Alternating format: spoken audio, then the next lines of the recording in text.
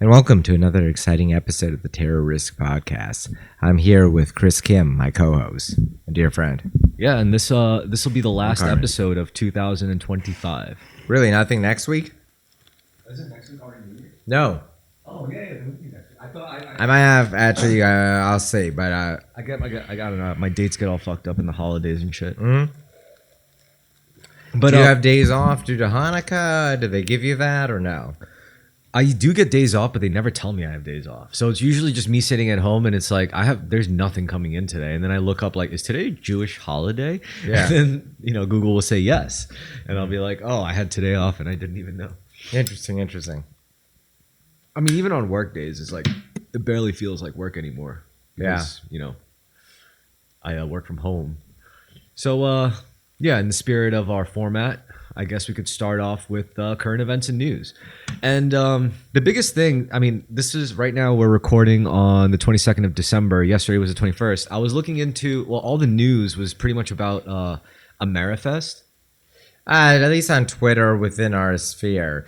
I mean, that's a big deal for our country too, isn't it? I mean, it's a big deal for Republicans. I guarantee you most Democrats, because of Nicki Minaj appearing with Erica Kirk, Dems will hear that in passing. But it's not big news for America as a whole. It's just like an industry thing for Republicans. Yeah, but it's kind of like instead of music festivals, now we have political festivals, right? Yeah. That's pretty much, it's like a conference. Well, it's supposed to be officially a conference, but let's call it what it really is. It's a fucking music festival for political nerds.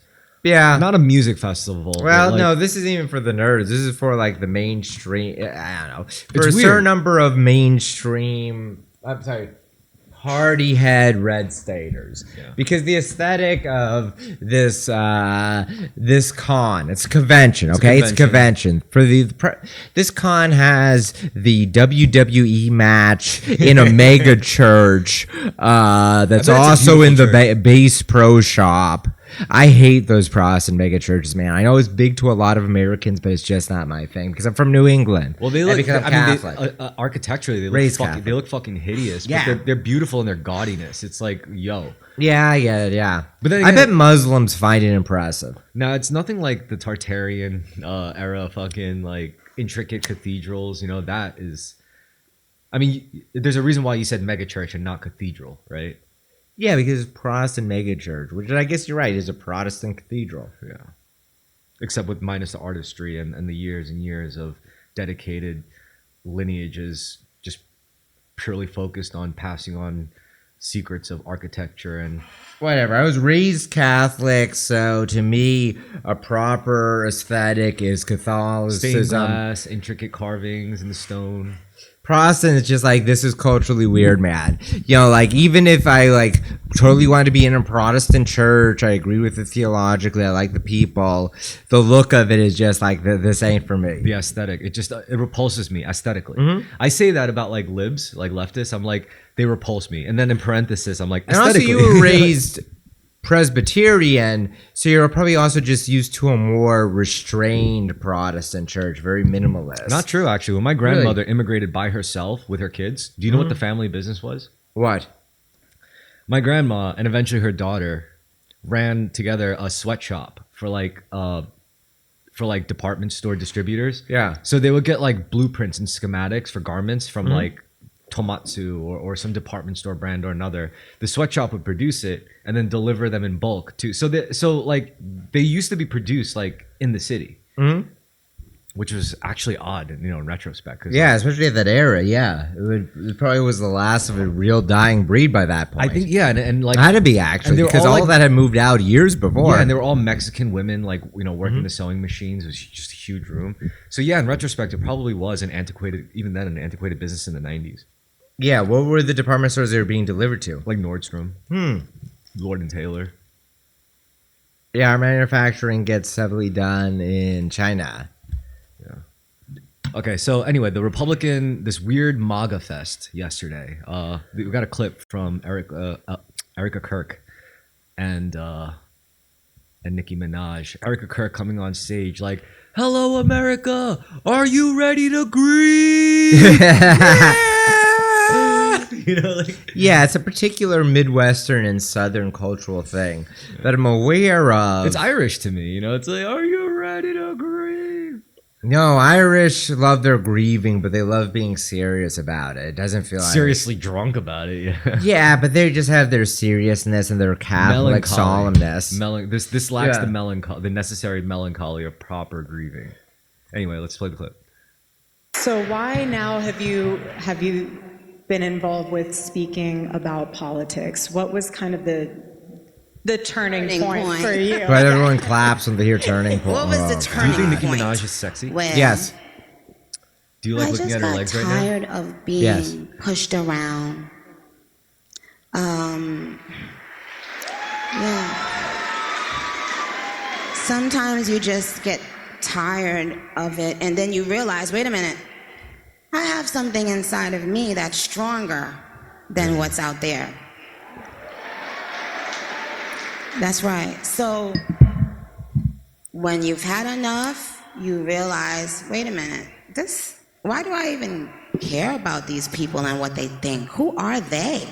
They don't even know who they are. Black people? So I'm not going to back down anymore. Is she talking about Jews? I'm not going to back down ever again. Liberals. She's talking about liberals. It's like conservatives, and I'm guilty of this too, have a huge inferiority complex next to liberals. Okay, or next to Democrats. And there's a huge level of oppositional, defiant personality trait that you find among Republicans, where they're always walking around seething at I'm not Democrats a liberal. not That's my identity, is being not a liberal. Yeah. That's cool. AP News reports rapper Nicki Minaj on Sunday made a surprise appearance at a gathering of conservatives in Arizona that was memorializing late activist Charlie Kirk, and used her time on stage to praise President Donald Trump and Vice President J.D. Vance, calling them role models for young men. The rap star was interviewed at Turning Point USA's America Fest convention by Erica Kirk, the widow of Charlie Kirk, about her newly found support for Trump, someone she had condemned in the past, and about her actions denouncing violence against Christians in Nigeria. The Grammy-nominated rapper's recent alignment with the Make America Great Again movement has caught some interest because of her past criticism of Trump, even when the artist's own political ideology had been difficult to pin down. I wonder what it is. But her appearance Sunday at the flagship event for the powerful conservative youth organization may shore up her status as a MAGA acolyte. Yeah, first black woman as a MAGA acolyte. Oh, Afro-Indian. Candace Owens. Yeah. Minaj mocked... Also, they had like Stacey Dash. Oh, yeah. Minaj mocked California Governor Gavin Newsom, referring to him as New Scum, a nickname Trump gave him. Newsom, a Democrat, has 2028 prospects for presidency. Minaj expressed admiration for the Republican president and Vance, who received an endorsement from Erica Kirk, despite the fact he has not said whether he will run for president. Kirk took over as leader of Turning Point. So we got Erica Kirk kind of like asking Nicki Minaj throwing shade at New Scum. You had some fun words for Governor Newsom.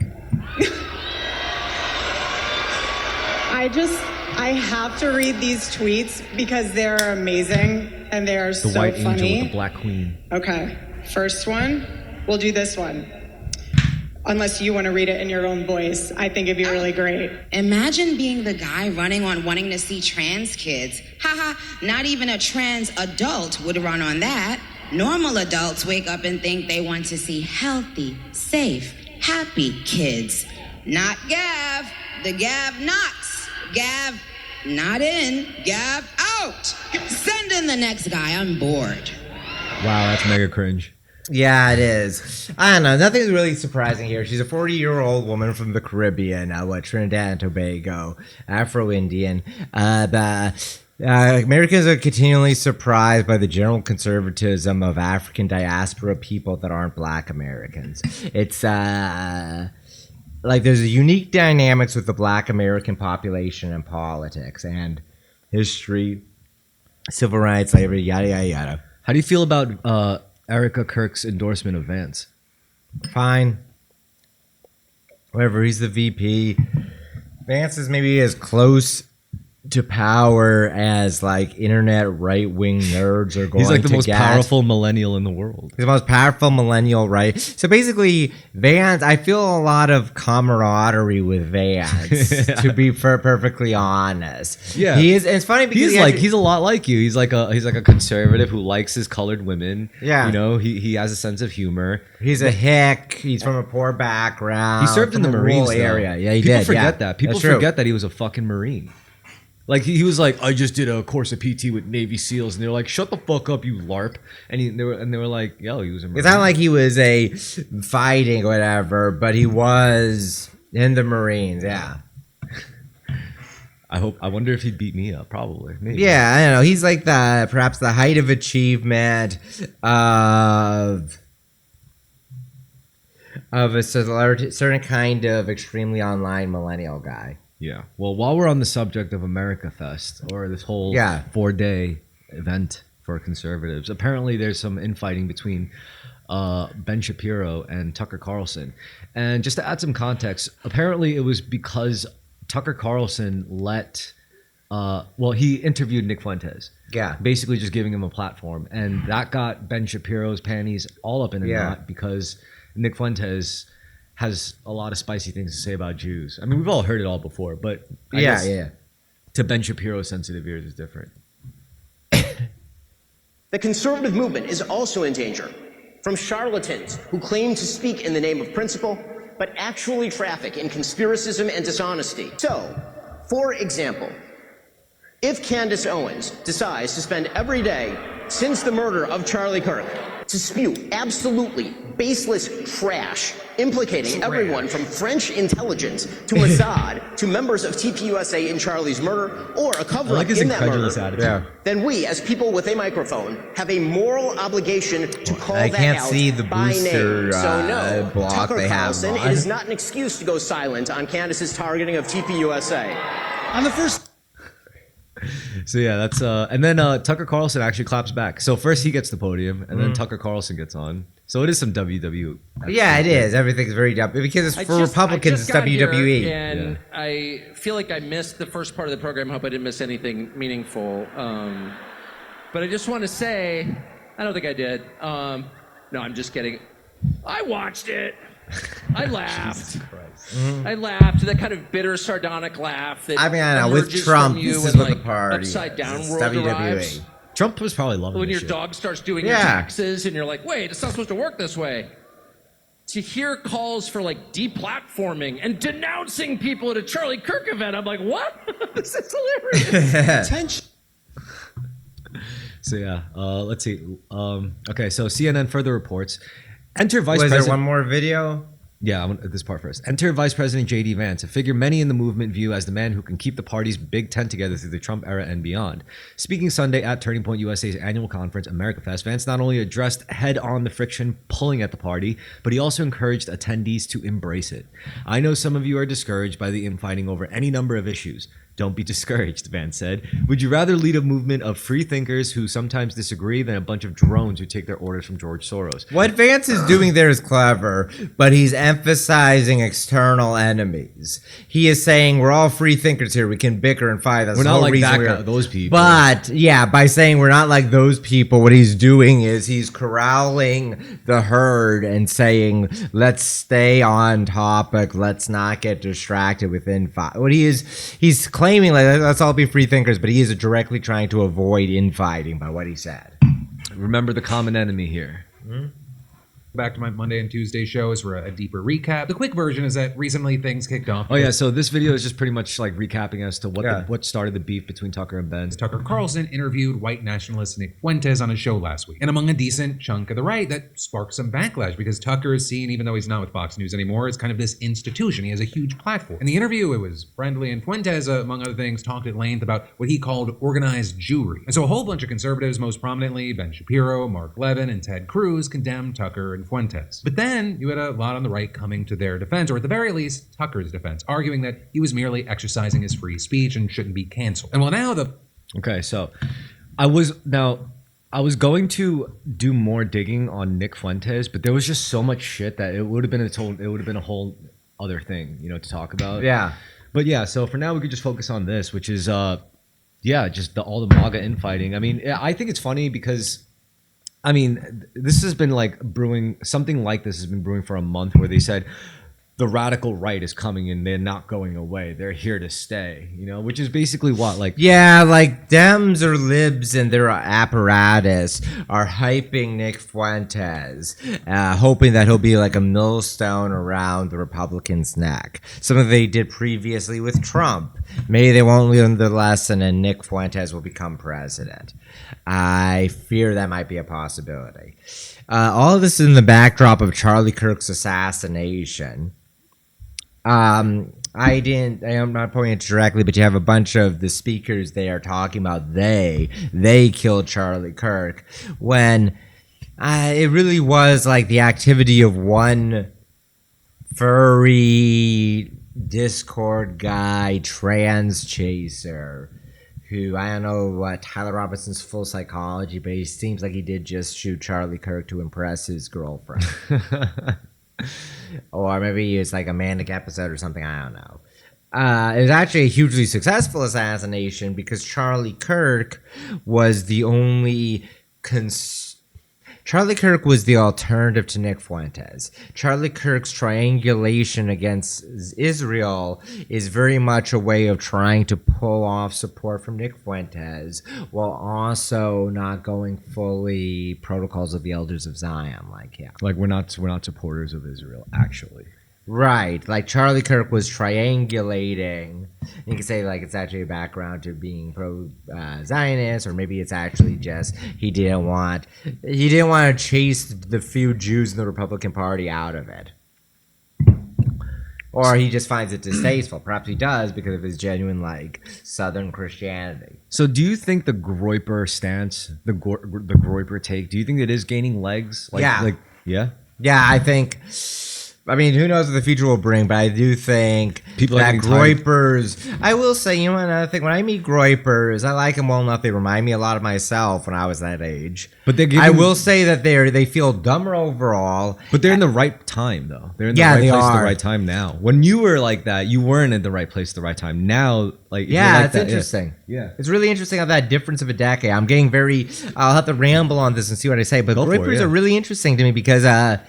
they're just like me at that age, but like they have a bunch of friends they met through it. Yeah, yeah. For me, it was distant, more of a secret thing. It was Yeah. something that was occulted for me. If I But like now the cat's out the bag, right? yeah, and the other thing also, like there's a bunch of great bets, which weirds me out.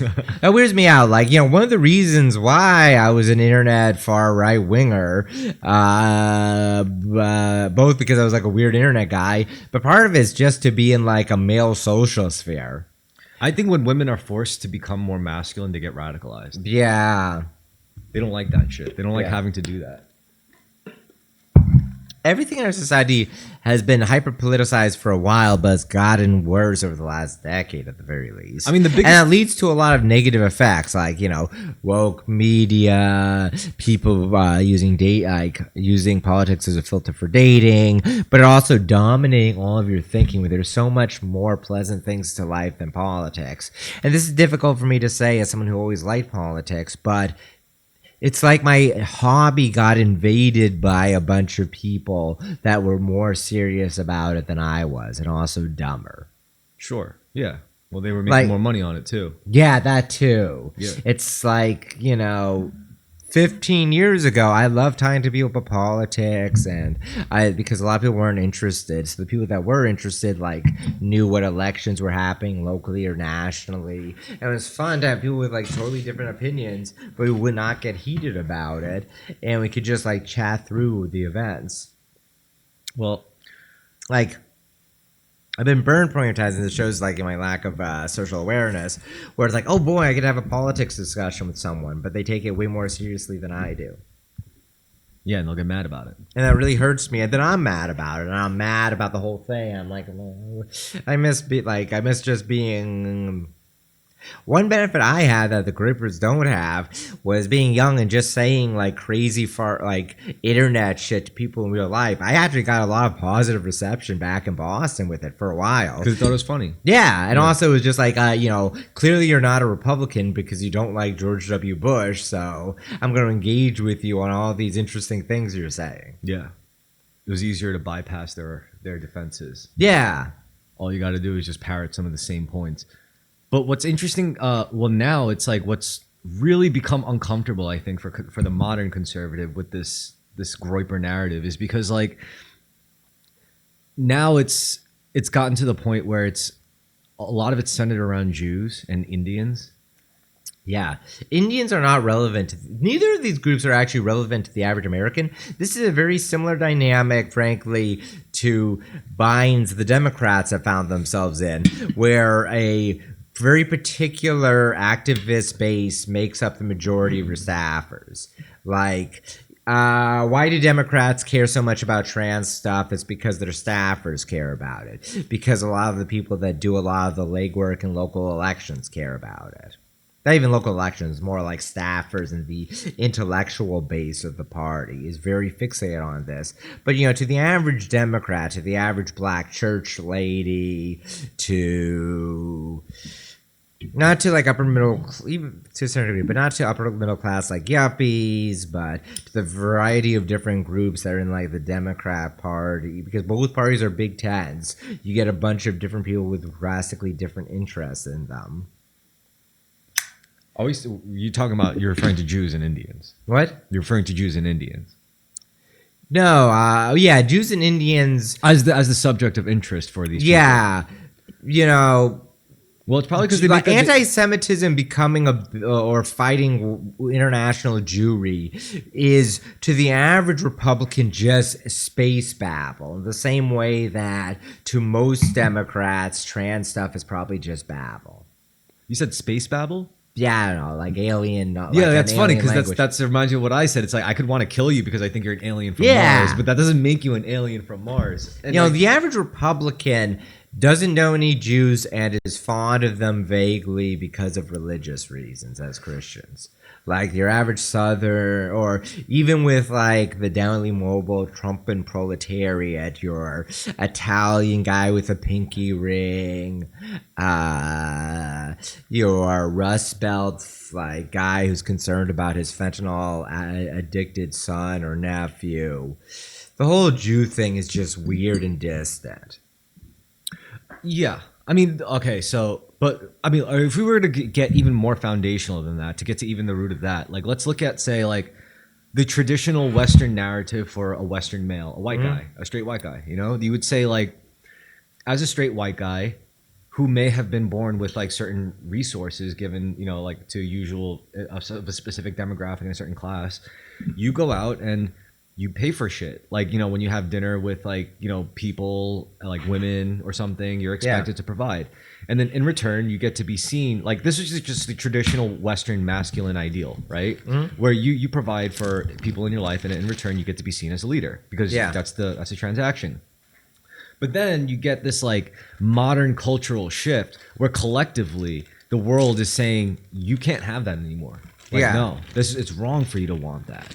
And on top of that, it's like also not only can't you have that, but you're a Nazi for wanting that. Yeah, you're a Nazi. You're basically Hitler, right? So then you're alienating, and you're doing and this, also you're expected to still pay for it anyway. Exactly, and you're also doing this to the most vulnerable, disenfranchised generation of white men. It's not like white men from the '90s. No, you're doing this to like Zillennials and Gen Alpha. Yeah. So it's like. And then we wonder why. It's like, okay, we tell them they're Hitler. We take away their opportunities. We tell them what they've been taught and conditioned to believe is right is now wrong on a moral basis. And then they come back like a couple years later. It's like, oh, we're Nazis now, by the way. It's like you're surprised, Yeah. The whole Nazi thing is it's like... And since when do the Jews care about like when straight white guys like get like to have like the straight white guy narrative of masculine life? Like how does that like... What does that have to do with Jews, apparently? And apparently, no, it's because someone decided to say, it's not about the Jews, it's about the Nazis. And the fact that you want this shit it just makes you a Nazi, the Nazi, particularly since like Trump won, but like the brown scare, because brown was the color of fascism. This mania around it, and it existed before it. Like there's a bunch of movies that have like silly white nationalist plots from well back into the 80s or even 70s. I was thinking about, I was rewatching clips from Don't Mess with the Zohan, which is not a good movie, but it's because, it's an Adam Sandler movie that's not Punch Drunk Love or Uncut Gems. It has a very bizarre, interesting plot where, like, the moral of the movie is that Israelis and Palestinians should all move to New York and just run small businesses. Yeah, that was a very strange fucking movie. I mean, the other strange thing is that abruptly a bunch of neo-Nazis are introduced at the end of it as being the henchmen of the villain. And it's like a very, what? Where does this come from? But it's because it's a convenient, what? There was rumors that movie was like a fuck you to someone or something. I don't know. There was like some weird, like, underlying conspiracy shit going on with that movie. It was a very strange one, though, I'll admit. A bunch of Adam Sandler's movies are deeply...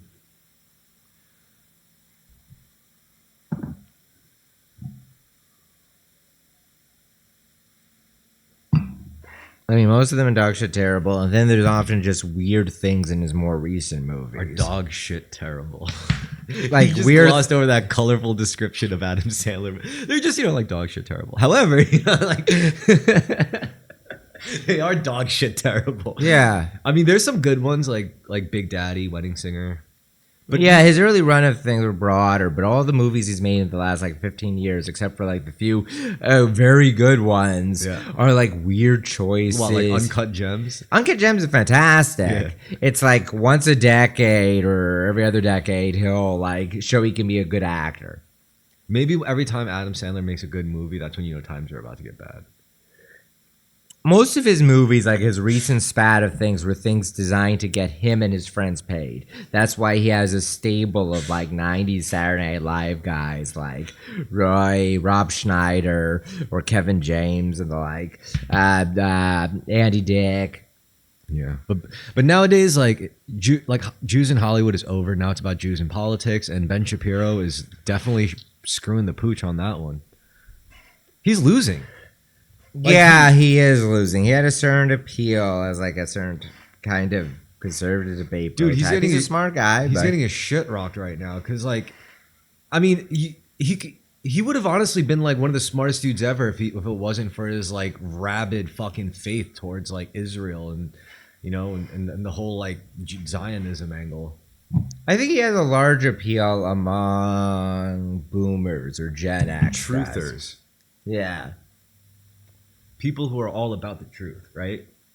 And that's what's giving it a lot of steam, the Groyper end. Because it's not just like what you're doing to white guys. It's also what the other side is actually doing. The side that would endorse Israel shamelessly, up front and center. Like, those guys are fucking up. Which brings us to our next portion of the current events, which, as we all know, the Epstein files were publicly released. And I took some choice... Yeah. I tried to just include pictures with famous dudes. Here we have Bill Clinton with good old Jeffrey. Here we have Bill Clinton in a hot tub with his hands behind his head, relaxing. I think he's got a Woody. Yeah. Some lady blacked out. Oh, here we have, there's Michael Jackson. There's Bill. Who's he next? Either Diana Ross and her kids, I think. And her kids? Or a kid. 2 kids, and then Michael Jackson's kids below. Those are Michael Jackson's kids? Damn, they're pale as a fucking shit. Here's one with good old Epstein and Donald Trump.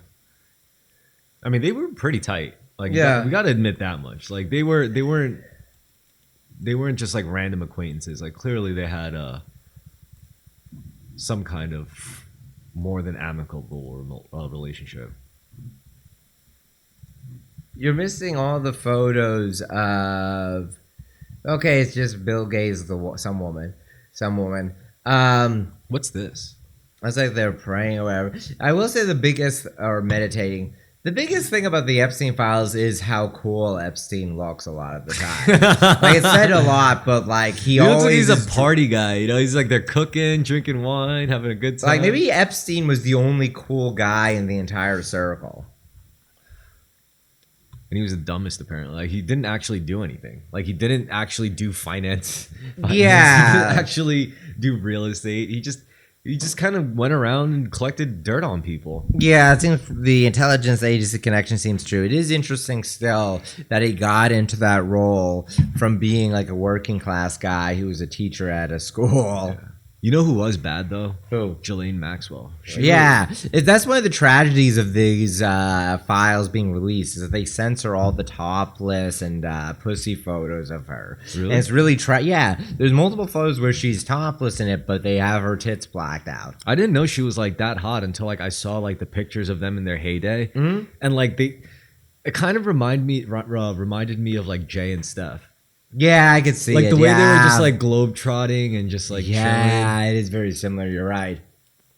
So funny. And like I was like, Ghislaine Maxwell she seems like a pretty chill lady. I mean, yeah, she was but if she linked up with another guy that wasn't Jeffrey Epstein, like maybe she just would have been like a really chill. Maybe, except for the possibility that she's his handler. Yeah. Which seems possible, at least, just due to her father. I don't think she was his handler. I think they were just both like rejects from like intelligence shenanigans, and they just ended up getting linked up. And they ended up like they were like saying like, "Hey, we have the tools, we have the means, we have just enough connections. Let's do this for ourselves." So you're theorizing that they were not directly operating on behalf of any intelligence agency. I think they both used to. Okay, you think they were both freelance? I think they were rogue. I think they were rogue. They were rogue.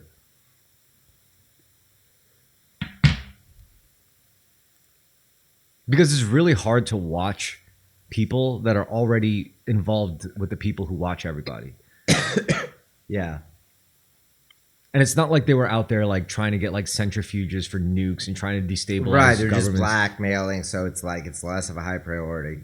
They weren't like Bond villains. Well, eventually, like people looked at them as such, but yeah. How do you feel about Epstein becoming like a folk hero, or like a trickster spirit? Like he's like a prankster. He's like a Loki.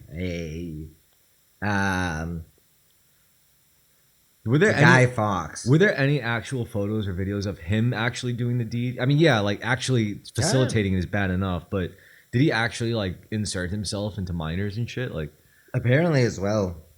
I guess he didn't collect blackmail footage on himself, but it seems thoroughly documented. Maybe not. Maybe not. Maybe not. That's interesting too. If he's just like if he's just blackmail. a pimp, he's like never get high on your own supply. Wink, wink. Supposedly he was, but maybe he didn't get high on his own supply, and he was just fucking Ghislaine. I mean, that still is twisted, but like, that'd be an interesting take on it. It's more interesting. You're right, and also I think about Hunter Biden as the trickster kind of spirit too. He is. Both, there's something similar because like the Republican attempts to bury Biden with Hunter really did not work. I mean, part of it was covering up like, the Hunter Biden laptop story being shut down. But Republicans, way more than Democrats, are likely to have a Hunter Biden family member. I think. I could be wrong about that, but I think Republicans are more likely. You know what I think it is? I think it's just a byproduct of like having money for generations in America. It's eventually going to happen. It's like a genetic anomaly. It's more often a case with nouveau riche people. Like the Biden grew up poor or relatively poor. A lot of his behavior was old money. It was new money. Biden's behavior? Yeah. Joe Biden? Yeah. What did he do that was so new money? All the cars he bought. He was into that? Yeah. Like that's awesome. Yeah, a great fleet of cars. I would have done the same fucking shit. I mean, but he's not old money, and the Bidens are not old money. And if anything, the behavior of Hunter Biden is new money behavior, not old money behavior. It is new money behavior. I mean, look, new money, old money, that's not what I mean. I mean, like, if your family has been established, at least, maybe not rich, but established in America for more than a few generations, chances are you're going to get, like, Hunter Biden types. At least one every odd generation, You don't think so? Yeah, fair. It's the demiurge latent within every bloodline. Like my dad, his thing wasn't sex, it was violence. Yeah. Thank God for that. I think it's like a lot less shameful to have a violent dad than like a sexual predator dad, But then again, like that means like I feel like if you have the violent gene, you're a lot less good with women than if you have the sexual predator gene. Yeah. Well, what do you think of it, though? Epstein's fame as like a meme. Because for a lot of people, that is who he is. That's how I feel about him too. But like, he's a funny character. I think Epstein was an accident. First of all, I think there are many Epsteins. There's a ton of Jeffrey Epsteins out there operating in the world. Mm-hmm. Jeffrey Epstein was just an artifact from the pre-internet age. It was basically something that was buried under like heaps of sand, and somebody one day just tripped over something. They're like, "What the fuck is that?" And they looked at it. It was commented on before. You know, you could find the ETV video about him from like 2003. Yeah, but it's nothing like compared to like modern documenting of like, you know, with like smartphones, cameras, social media. Yeah, and he was wealthy and well connected, wealthy mysteriously. It's not so mysterious if you consider the possibility that he was being fed money by like CIA. Yeah, I think he was. Or NSA. CIA, NSA, Mossad, DIA. NSA. He has a deep connection with the Victoria's Secret Les Wexner owner. If anything, other people in his role might have more believable cover, or might actually have a genuine job. Like being like a famous actor. Or they might be running an actual hedge fund, yeah. Or maybe they're an owner of a huge record company. Yeah, Puff Daddy did more things. Puff Daddy at least had a few songs, right? Like, you'll still occasionally hear I'll Be Missing You. Whereas Epstein never did anything with hedge fund that we could actually prove. Yeah. I know that in the aughts, apparently a lot of people on Wall Street would always center in on Bernie Madoff and Epstein. And the assumption with both was like, I don't know where these guys are getting money. It doesn't make sense. In both cases, from what I've heard, rumor on Wall Street was that both guys were running running pyramid schemes. There's definitely people who thought Epstein was suspicious, but they thought he was running a pyramid scheme. Which I'd be interested in hearing more from anyone. Like, if I would love to meet a 55-year-old former day trader at one of my bars, and he tells me, oh yeah, I knew about Epstein back in 2004, and I thought he was just running a pyramid scheme. But the thing is, Bernie Madoff's pyramid scheme was a lot simpler than fucking Jeffrey Epstein's crazy, elaborate blackmail farming operation. That shit is nuts. That's like meta. Yeah. Like, to imagine like that being operated in the 90s or something, or the early aughts, like that's like insanity. That's like meta. That would break consciousness, right? Mm-hmm. Whereas Bernie Madoff, it's like, yeah, you know, you do the standard like fucking Ponzi scheme shit, you know?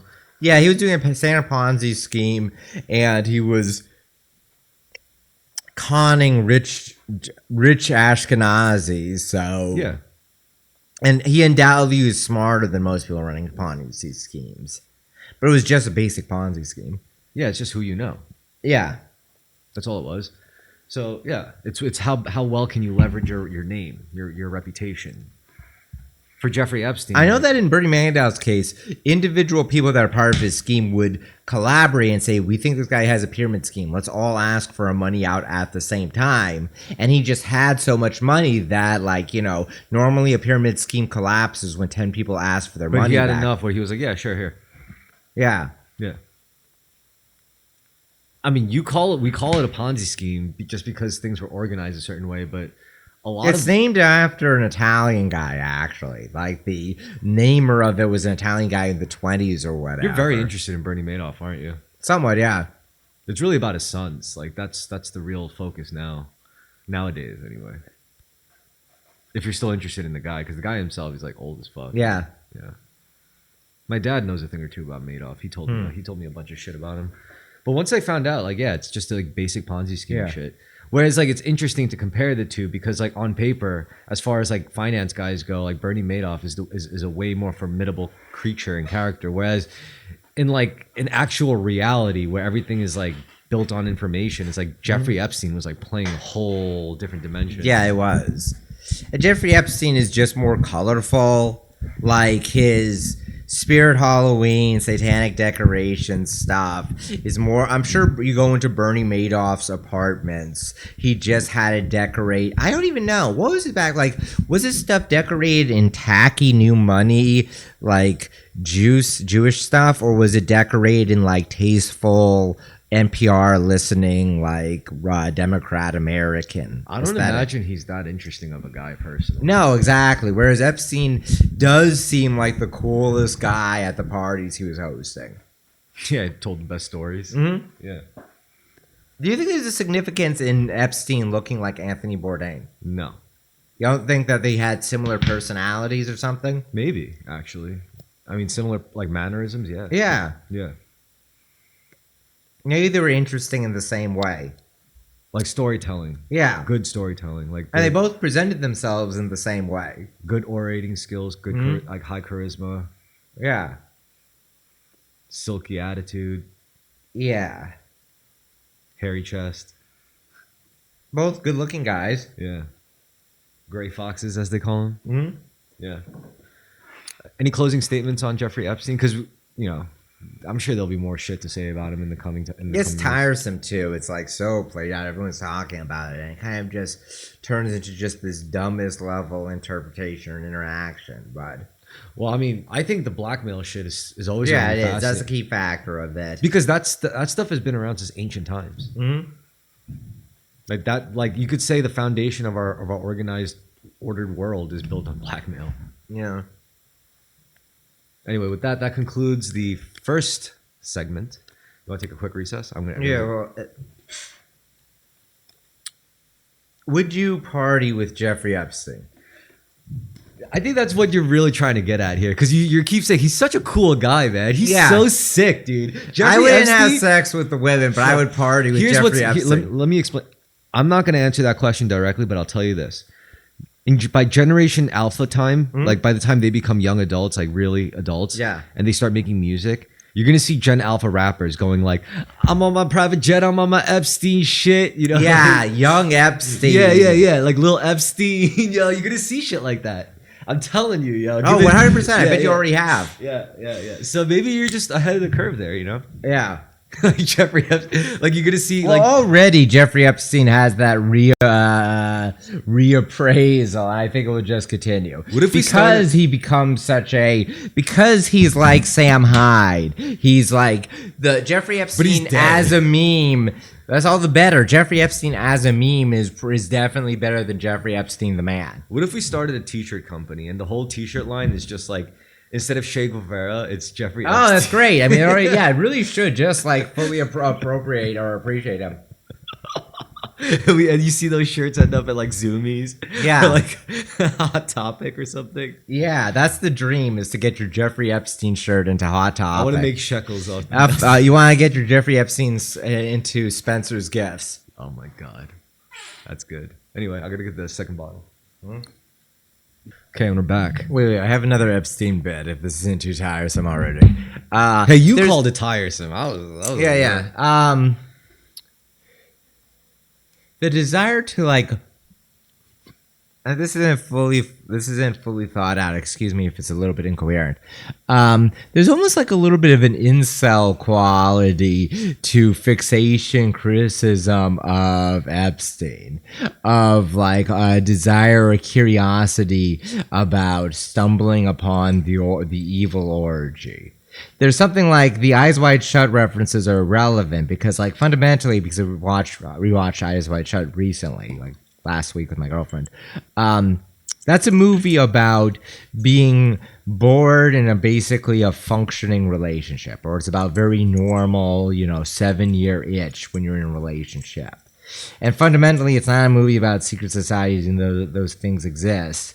Tom Cruise's character is like a guy who's trying to cheat on his wife, get laid, and is being frustrated again and again. I wonder if there's something grander with all of this, with the Epstein fixation. You ever watch Three's Company? The 70s sitcom? Yeah, I think so. It's not a good show. It's very much of its time. But the overarching conceit of it is this guy, single straight guy, wants to rent a room, but his friends, the only people he can find are these two ladies, and he pretends to be gay so that the landlord will accept him living there, even though they're platonic.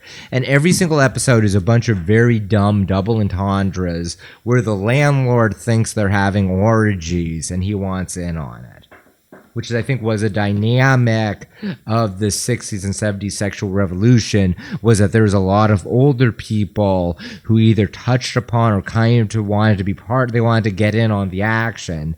There's a lot of silent generation guys. There's a lot of Don Draper guys who wanted to be at the hippie orgy, but they were too old or too uncool. And they had a real frustration of, if I was 10 years younger, I'd be having all this sex and listening to rock and roll. But instead, as per my time, I got married and I'm kind of frustrated with it. That was actually I don't know how defining it was, but I've seen enough cultural references to that era, to people of that generation, people like, born in the 30s or 40s, like you're 10, 15, maybe 20 years older than all the young kids who are going wild. But you're not that far away. You're not as old as the World War II greatest generation. Are you like into that kind of stuff? Like what? Like, is a part of you like into the idea of going into some super secret elite like swinger party? Maybe not like pedophile shit, but like at least some like taboo kind of like sexual deviancy going on with consent, of course. Yeah. Yeah, and then like I'd probably get kicked out or not be welcome, or I feel uncomfortable. No. But I would want to. You know what? You would try it, and I think I'm not saying this in a negative sense because this is clearly targeted towards Western minds, exclusively. So I would say, like, if I were, say, like the Freemasons, and I was trying, or the fucking Illuminati trying to seduce you into these like pedophile cults and shit. Yeah. And so in return, you become like some of the most powerful people in the world. If I were to do that, I would say like Carmen is a guy I can work with, because he's open-minded. They prey on the best qualities of like an intellectual-minded person, which is the open-minded aspect. And you're not beholden to a church. You're not beholden to a god. There's nothing like that's going to make you recoil intellectually because you're open. Your soul is open. Your heart is open. It's not closed off. But there's no like stone wall of Christ or like Abraham or fucking Allah there to like. Yeah, they're gonna close you off from good things, but they also close you off from bad things. If you're devout about it. So I think you would be a good quote unquote victim. As in to say, not anything against you, like Bill Gates fell victim for fuck's sake. Right. Like the most influential people. I feel also like I'm so unimportant that it does not matter. Anyway. Isn't that how like how do you think Bill Gates felt at one point in his life? Or how do you think Bill Gates did do Microsoft, so. Yeah, but what drives a person, I think, is when you're without, and you're caught wanting, when you're not grateful. Yeah. And if you're caught wanting, then it's easier to expand your sense of want than it is to expand your sense of gratitude. To expand your sense of want is easy. It's like, oh, you think you're the shit now that you have $1 million? Well, look at that guy down the block. He's got $10 million, and he can get away with fucking teenagers. Can you do that? And that's how they get you. I mean, sure. I mean, it would be different for everybody. For some people, it would be teenagers. For other people, it would be like, oh, that guy just gets to do better, like 2C powder than you know? Right. Or that guy gets to drive more exotic sports cars than you. Whatever your poison is, it all leads to the same place where they tell you, say, all right, well, if you want that, there's this one little thing you have to do, and it's kind of not negotiable, and it's going to be very uncomfortable. But once you do this thing, then you're in, and once you're in, you get. The whole world opens up to you. I like the idea of peering in and seeing it and mocking it. I thought that idea too, because I think that's dark though. Because I thought so too. It's like everyone has that desire. When they fall into these conspiracies, they're like, yeah, what if? I mean, maybe like you imagine, like, what if, like, because nowadays they approach YouTube stars, TikTok stars, Instagram stars, because it's beyond just movie stars now and music stars and athletes. It's everything. For fuck's sake, you got scientists that ended up in like Epstein Island, like Noam Chomsky. That's an interesting factor of Epstein also. Any superstar. Is the targeting of superstar scientists and like public intellectuals. Eric Weinstein. That's a unique, interesting element to it, is like the number of public intellectuals. Eric Weinberg, I'm so sorry. I think I got his name wrong. But yeah, exactly. You're right. It's like any Michael Jordan, fucking Stephen Hawking. Yeah, Stephen Hawking was at Epstein Island.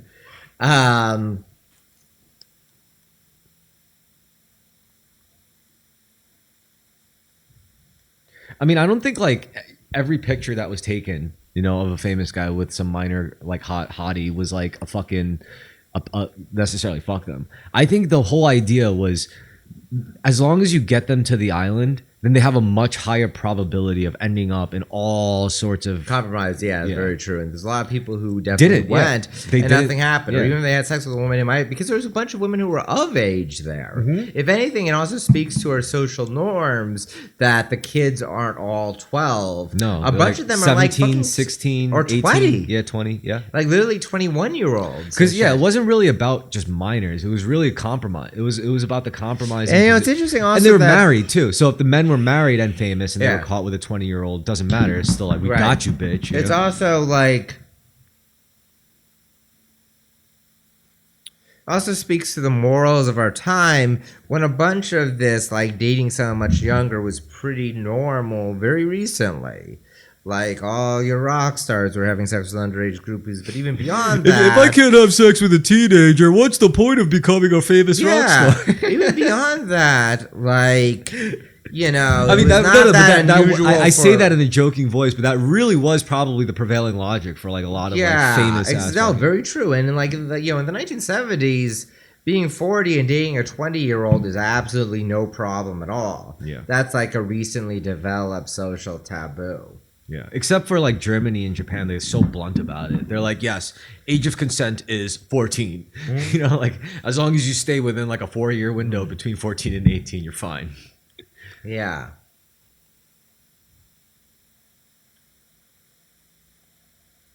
But like Germans are kind of the same way. It's like our age of consent is 16 years old.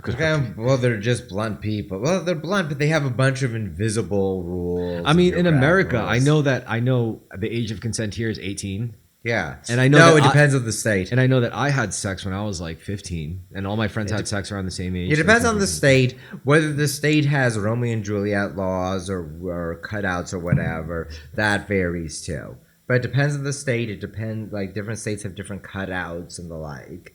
It is not one universal thing in America. Agreed. It certainly is not. And to treat it as such is actually more bizarre and kind of delusional than it is to admit that it's actually different. Well, I mean, America is weird because, it's founded to be a bunch of different states and they're all kind of doing their own thing. But, like, this was a standard that could not hold for very long. Personally, the Civil War itself made America far more of a unitary as opposed to a federal state. Can I ask something? If you had to personally decide on the age of consent, what age would you pick? I don't know, 18, 16, whatever. Nice. And then just like Romeo and Juliet law or whatever, I guess. And then just hold it at that.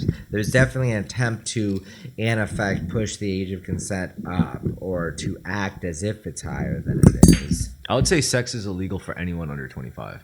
That would be fine. Because, like, at least if you're going to do it, you're already fucked up. Yeah. If you're doing it, like, under the age of 25.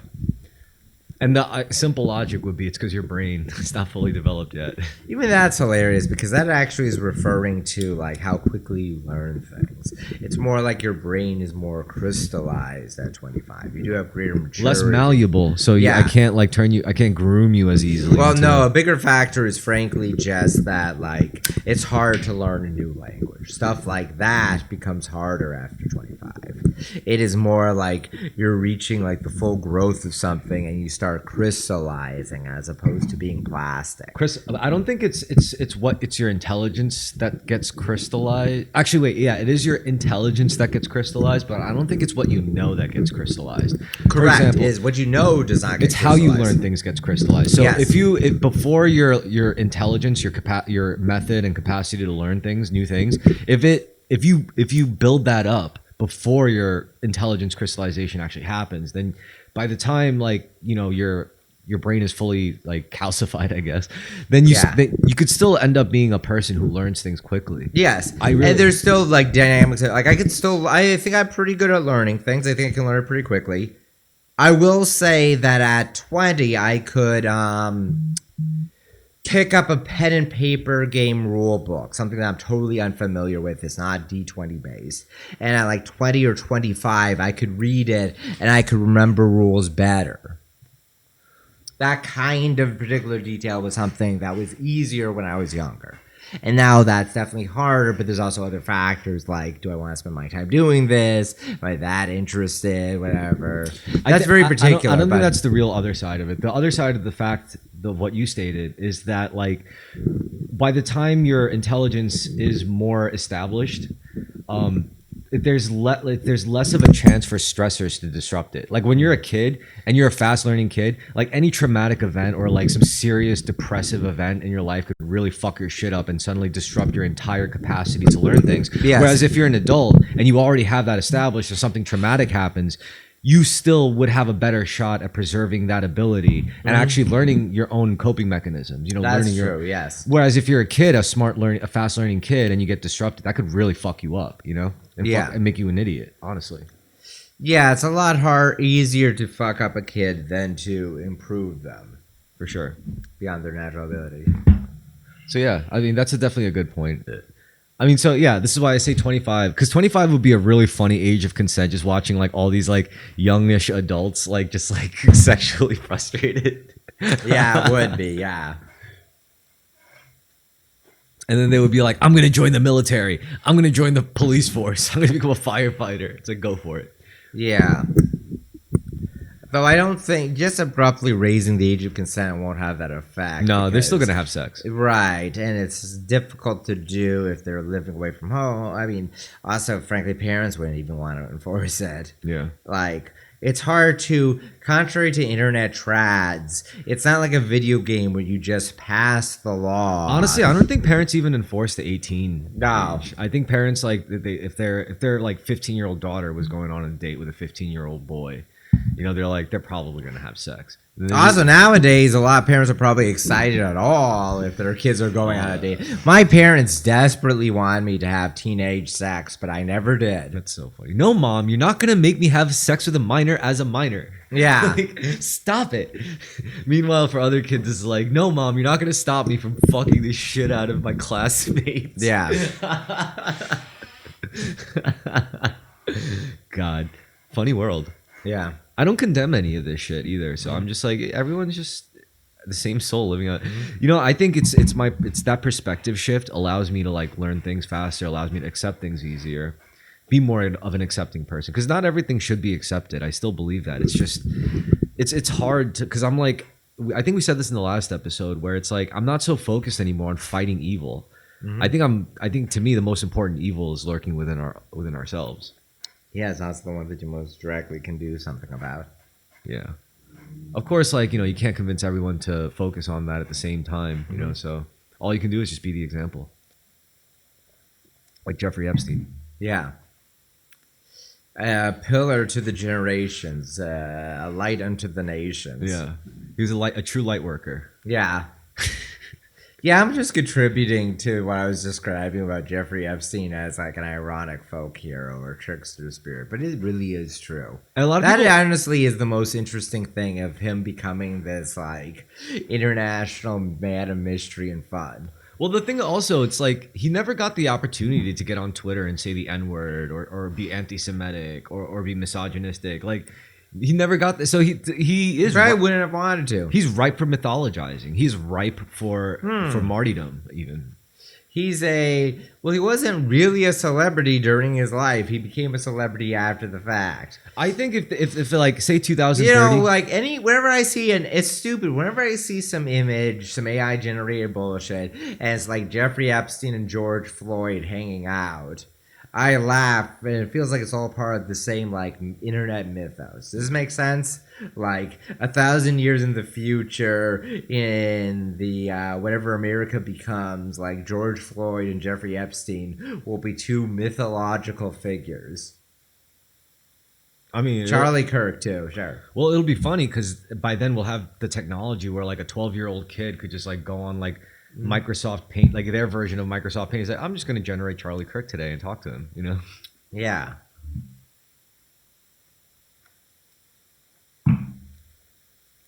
I don't know. It just must suck getting assassinated, Yeah. What if, here's a conspiracy theory for you. Jeffrey Epstein actually did kill himself. I figured he could have thought of a better way to do it, no? I mean, he was in prison. It's probably the best way to do it. Like, you know, he had this wonderful life. It was all gone. He was definitely going away. He had nothing to live for. Other prisoners were out to get him. You're not a guy like Jeffrey Epstein unless you had like a dead man's trigger type. Dead man's switch, yeah. Which is probably what happened in a lot of cases, honestly. Yeah. Like a lot of the initial leaks might have actually been like him. Ooh, yeah, it's a very good point, actually. Yeah, it might have been dead man switches going on. It's like if I don't call back, if I don't contact you by this time, drop it, you know? Yeah. And he got compromised, he got dropped, and they dropped it. But yeah, what we're really focusing on in this segment is the ethics behind Jeffrey Epstein and what he actually did and who he was. A lot of people just straight up refer to him as a pedophile. Like first and foremost, he's a pedophile. That's it. So that's why they condemn like Prince Andrew or whatever the fuck for like being all buddy with Jeffy Epstein at his Central Park apartment, which sounded like a fucking slamming ass apartment. To be honest. It does. I mean, I love his Bill Clinton painting. You see that caricature that he had of him and Bill getting on a plane together? Cute New Yorker kind of type shit.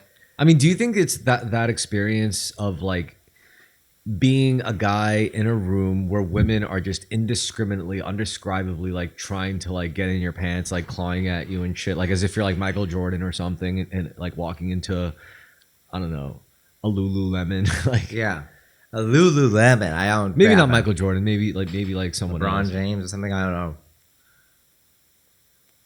Like just some like a famous dude. Like like if they could engineer that experience for you, and then you feel that's true. There's a significance to it. Maybe there's the fact that all these scientists and the like. Maybe one factor is they're famous people. They have money, but they've never had the sexual claim. Like they always want to be a rock. Like you could be rich and famous, but not get the rock star treatment. Pussy. Oh, yeah, treatment. Yeah.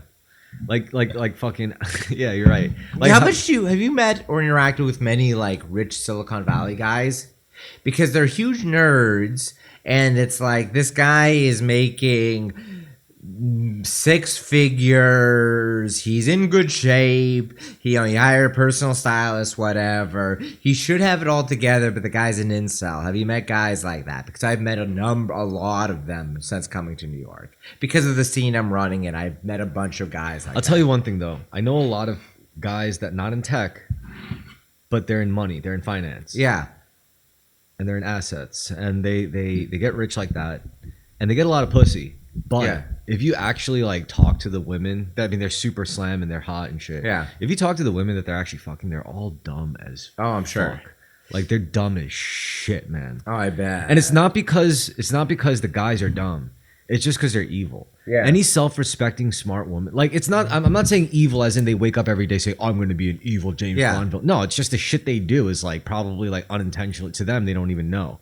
They don't care because they see everyone in their class do it. You know, they're like, so what if I fucking like, you know, throw the napkin at the waitress? So what if I fucking, you know, like. Yeah, very bored, very low class. Have you met any San Francisco 49er women?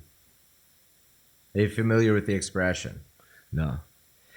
They're women, often all Asian, from San Francisco who fuck tech guys, and they're 4s who think they're 9s. San Francisco 4. It's a weird dynamic where you have women that are kind of like gold diggers, or women that are pretty evil, and they're intelligent women.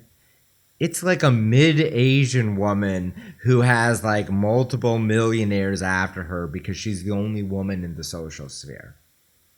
It's very similar to internet social scene dynamics, but in real life. Maybe that's just a case of like an actually smart woman. Maybe it is. You know, being like actually standing up to being smart adventurous guys. Or whatever, but yeah. Standing up, being able to go toe-to-toe with smart guys and engage Maybe. with them.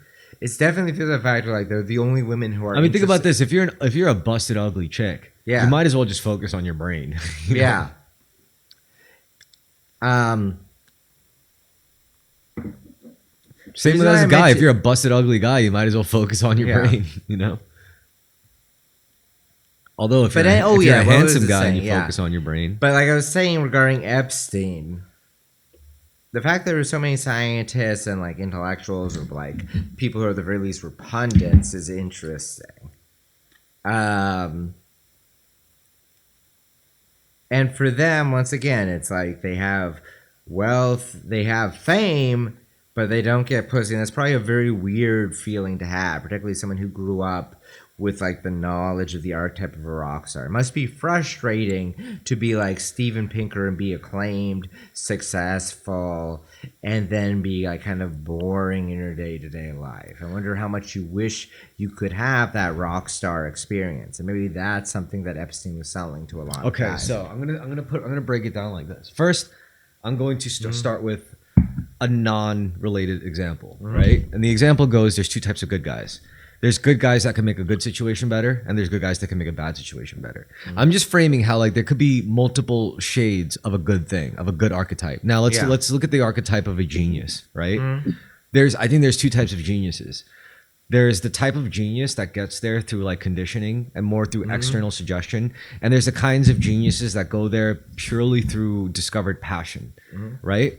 There's a Chinese pianist, right, who like just fucking was forced and whipped into playing the piano every single fucking night by his like super strict tiger helicopter mom, whatever. Yeah. And then he became a piano fucking, maestro just through straight up conditioning, right? But there's no passion there, really. He probably thinks of piano. He's like, I kind of hate this, even though he'll never say that, and because he doesn't know anything else. Asian grinds are like that.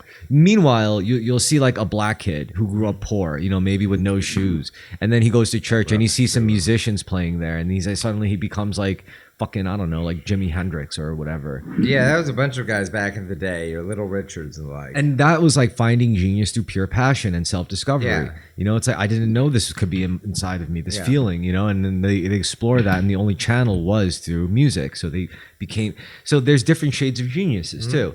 And I think like the reason why those geniuses, those guys who get with a lot of fame and money don't get pussy is because they probably got there from like conditioning and like need and the feeling of lack, as opposed to like, I discovered something and this completes me.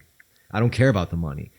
And like women could smell that out. Like whether you insist one way or the other, they could tell a guy who's good at something whether their heart is in it, whether their soul is in it. Yeah. Or even when they're talking to them, like, are you just talking to me because you want to fuck me, or are you talking to me because you're actually interested in who I am as a person? Yeah. And sure, like some women will be okay with one or the other, with either or. It's just what I'm saying is like they could tell. I mean, you may not believe it, but I think women are more intuitive than men in general. Yeah. No, I definitely believe it. That seems obvious. So I don't know if you would take that as an acceptable that theory. Is a good answer. That's why I think like super, and also like, I don't know. I mean, if you're smart, you realize that endless pussy wave, it wears thin. It gets old, Yeah. And if you lose your soul to it, you end up in a lot of trouble. That's how you end up as a pedophile, I think. Is when you decide it's like, oh, I'm still not satisfied. I fucked like the hottest Victoria's Secret models. I'm a fucking like, I have like $600 million in the bank. I feel like the vast majority of pedophiles have never come close to fucking a supermodel. But what?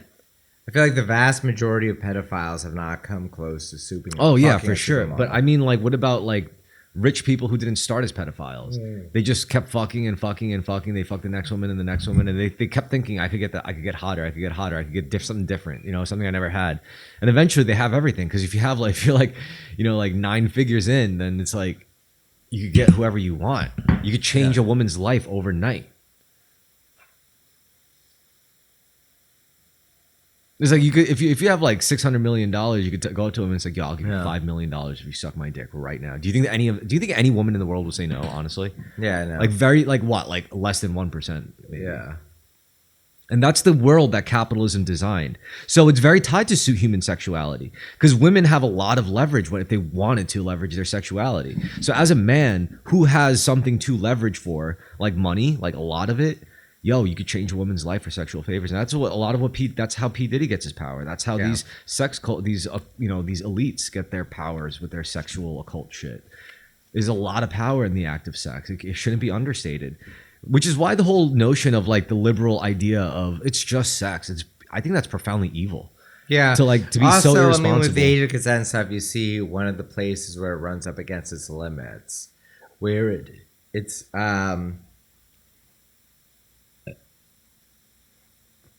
libs have had issue squaring sexual liberation with counteracting caddish behavior.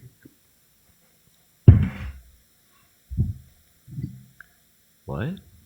Libs have had issues squaring sexual liberation with being opposed to caddish behavior. There's a lot of behavior that is unbecoming, but it is not a violation of consent. It's not a violation of a clear liberal sexual norm. I know you're like leading a girl on, ghosting a girl, lying about who you are to fuck a woman. They don't have a clear way of saying why it's wrong besides calling it rape or inappropriate. Because it makes them feel undignified. Yeah. Yeah. There's a lot of... You want to not be bound by like a now very old-fashioned kind of sexual norm for good reason, for understandable reason. I think what you're trying to you're struggling to find the words to it because it sounds like you're just saying have their cake and eat it too. Yeah, they want to be seen as dignified beings, but they still want to be able to hoe it out every once in a while. Yeah, and it's also like they don't want to be bound within like a monogamous marriage, at least when you're very young. But you also don't want to get your heart broken by a guy pumping and dumping. Like you don't want a world where you are shamed for having casual sex once in a while, but you also want a world where a guy is punished for saying, "Yeah, I'll be your girlfriend," having sex with you, and then not calling you back. Yeah. They want a perfect middle ground, which might be able to be possible to achieve. I don't know. But the way of it trying to achieve it is not very good. I think all of these problems could be fixed if people were just more grateful and spiritual. Because right now, this is all the only thing we're really discussing is mind and body. If we're missing the soul aspect where everyone is connected and fundamentally the same being on a meta-narrative scale, then even sexuality can be made better. This is my solution, but it's like, I don't know. It's like it doesn't satisfy the vindictive nature in people. It doesn't punish the right people that made them feel bad in the first place. You know, that's why my solution doesn't work for a lot of people, whether it comes to fixing racism, sexual dysfunction, generational trauma.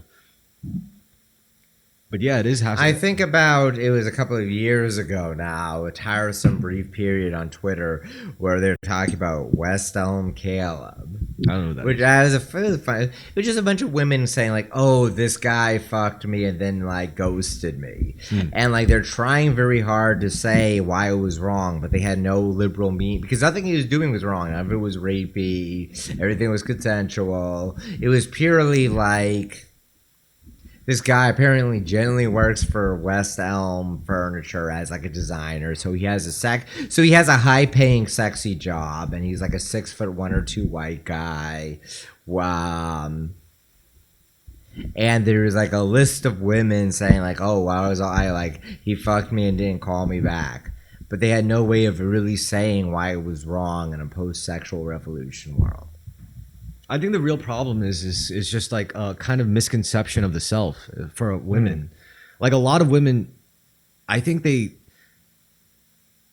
speaking as a man, where like, you know, in terms of like just straight up biology, men are far less valuable than women. Yes. Right? It takes like a man, like, I don't know, like a week if you wanted to impregnate 100 different women. Whereas, you know, one woman could only procreate every 9 months. Yeah.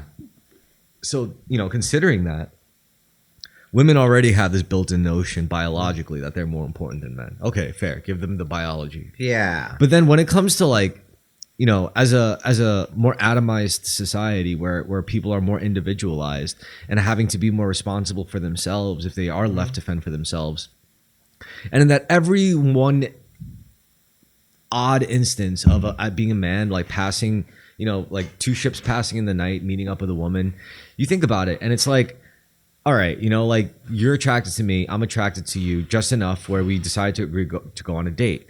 And without even discussing like the future about marriage or anything, we decided we liked each other enough to go to one of our places. Yeah. And then, you know, we have sex or whatever.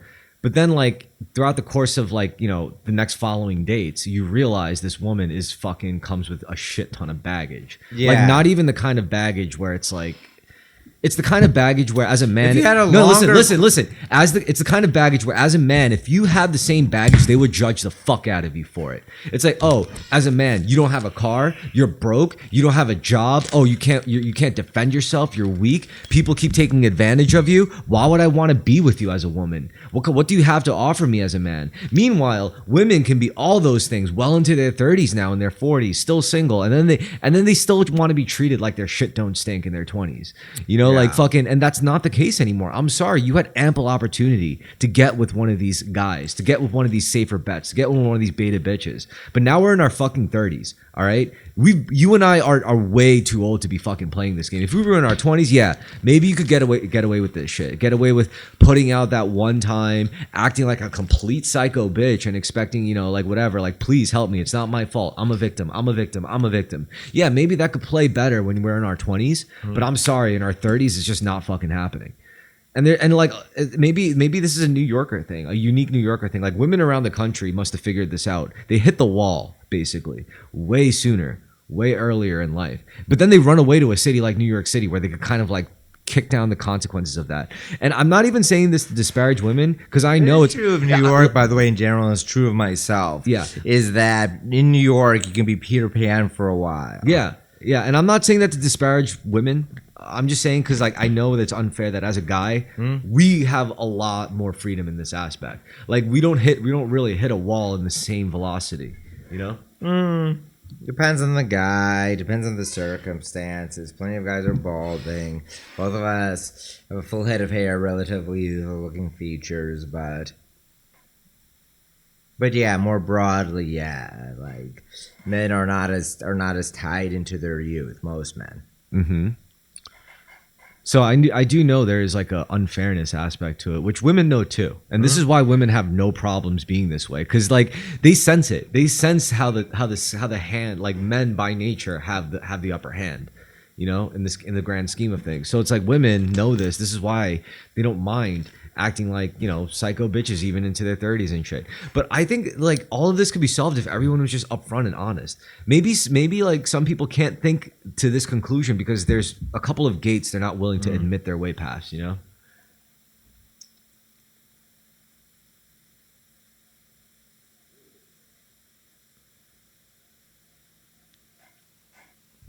Because like, you know, I feel like with women it's just,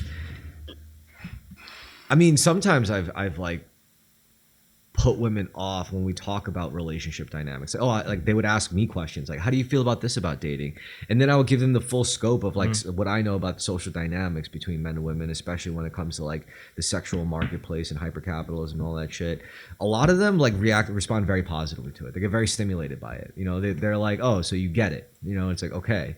And that's my ideal situation. Whereas, you know, once you lay that card, then they're like, oh, so you get it. You get the game. It's like, yes, we get the game. Now we can stop wasting time. And it's like, let's get to the important part, you know, and then you waste a lot less time that way. Whereas other women get freaked out by it because they're really banking on guys being fucking retarded, but not so much in their 30s. You know, by the time we're all adults here, you know, that's what I would say.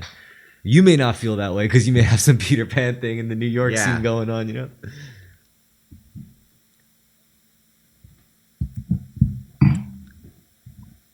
This is just my observation because I've dealt with women in their 40s who moved out here from like South Carolina or Georgia or New Orleans, and they're like, I was just sick and tired of being around these rubes. They're so racist, blah blah blah. And I'm like, they should. Well, I'm glad they came to New York. They probably should have come here sooner, but I'm glad they came to New York.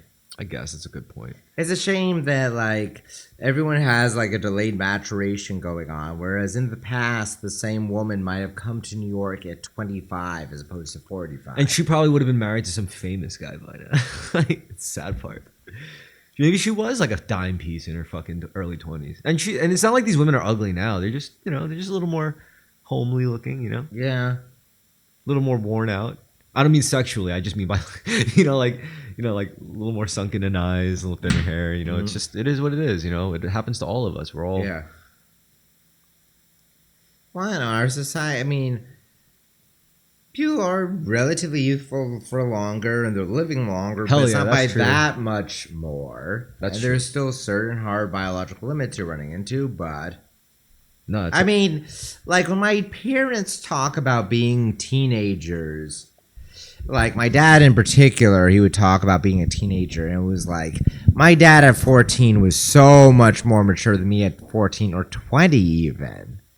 Like, if my dad said to me that, like, when I was like 20, 21, he was like, you're like a 12-year-old sometimes. You're like such a kid. You're like afraid to leave the house. I want to. That was particular to me, but I think a bunch of other people have that experience. Like, both my parents were having sex at like 13, 14. And for me, I mean, I didn't consistently have sex until like 22 or 23. 23. Yeah, I started around like. Yeah, to me, you seem anomalous. Maybe by the national standards you are, but maybe you're not anomalous by New York standards. But Yeah, it was like that's how it was with me and my friends growing up, and at least in Staten Island. a lot of the people I know are like their 20s, Interesting. or at the very least college. Well, the thing about New York is you get a lot of immigrants, and I think immigrants just tend to like be like young fuckers, Yeah. You definitely have the dynamic of young people who will act old in America, in part perhaps because the population is older overall. Oh hell yeah! I mean, I look at Actually, that was often a problem I've had in relationships, is that women I've been with often were types that they were acting like old ladies young. And I was always frustrated when even something as simple as like, let's go to a bar, it's 10 p.m. And they're like, I want to stay home. And I'm like, we're both 26, why? that's mad funny. That happened so many times with me, where I'm like antsy and itchy, and I'm like bouncing off the walls with energy. Yeah. And for whatever reason, I found myself with someone who didn't want to go out. It was just that I was making the wrong choices, but No, it's not that you made the wrong choice. Everyone makes the wrong choices, I think, at that age. When I was 26, I was fucking dating some woman in another country. yeah. All my abundance of energy was spent sustaining like Long distance, like I understand. monthly plane trips and shit. Oh my god! God, I mean, yeah. it was very passionate. Like it was very like every Yeah, time- those kind of long distance relationships are very passionate because it's like you get the honeymoon period every time you go to see them. But it's So you also, get, like, but it was multiple- also sustainable because of technology. Yeah, Like, it is. Technology enables it. If not for technology, it wouldn't be possible. my dad didn't have that. Like Yeah. when he asked me like, how does it work? Like, how do you guys even like communicate? And it's like we video message each other. It's like Mm-hmm. I record like these 5, 6 seconds, 10, and we just do that constantly throughout the day. So Yeah. it really does seem like you don't really miss them. It's like- Yeah. and then once you see each other, it's great. It's even Mm-hmm. better. Yeah, it is. I don't know. Was it an experience of like multiple honeymoons? Yeah, for sure, 100%. I always noticed that in people in long distance, like relationships, it felt like that. Yeah.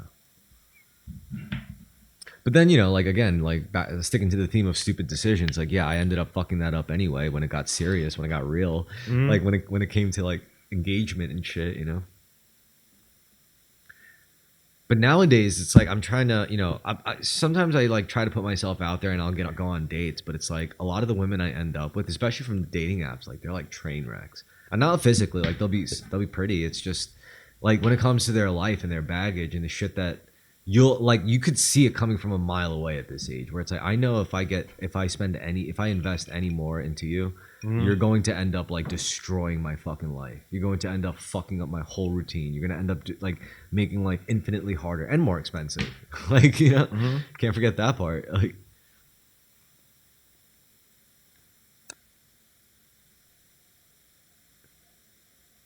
and it's like it's like I don't even mind that. Like love is a burden of Critical love. thing, yeah. It's a labor of love. I get it. But, however, if I'm going to go through with that labor, I don't want to waste it on some like person that would, like any run of the mill person, any person who would just like not really be able to like match me in terms of like, perspective. Yeah.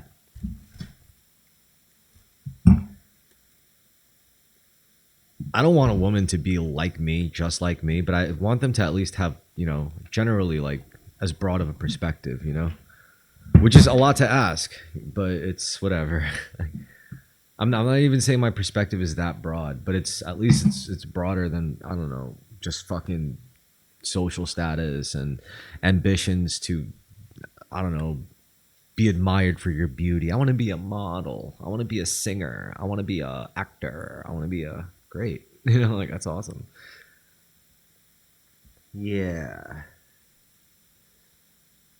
For me, it's like I'm already what I want to be. I just want to have experiences, you know? I don't want to be anything.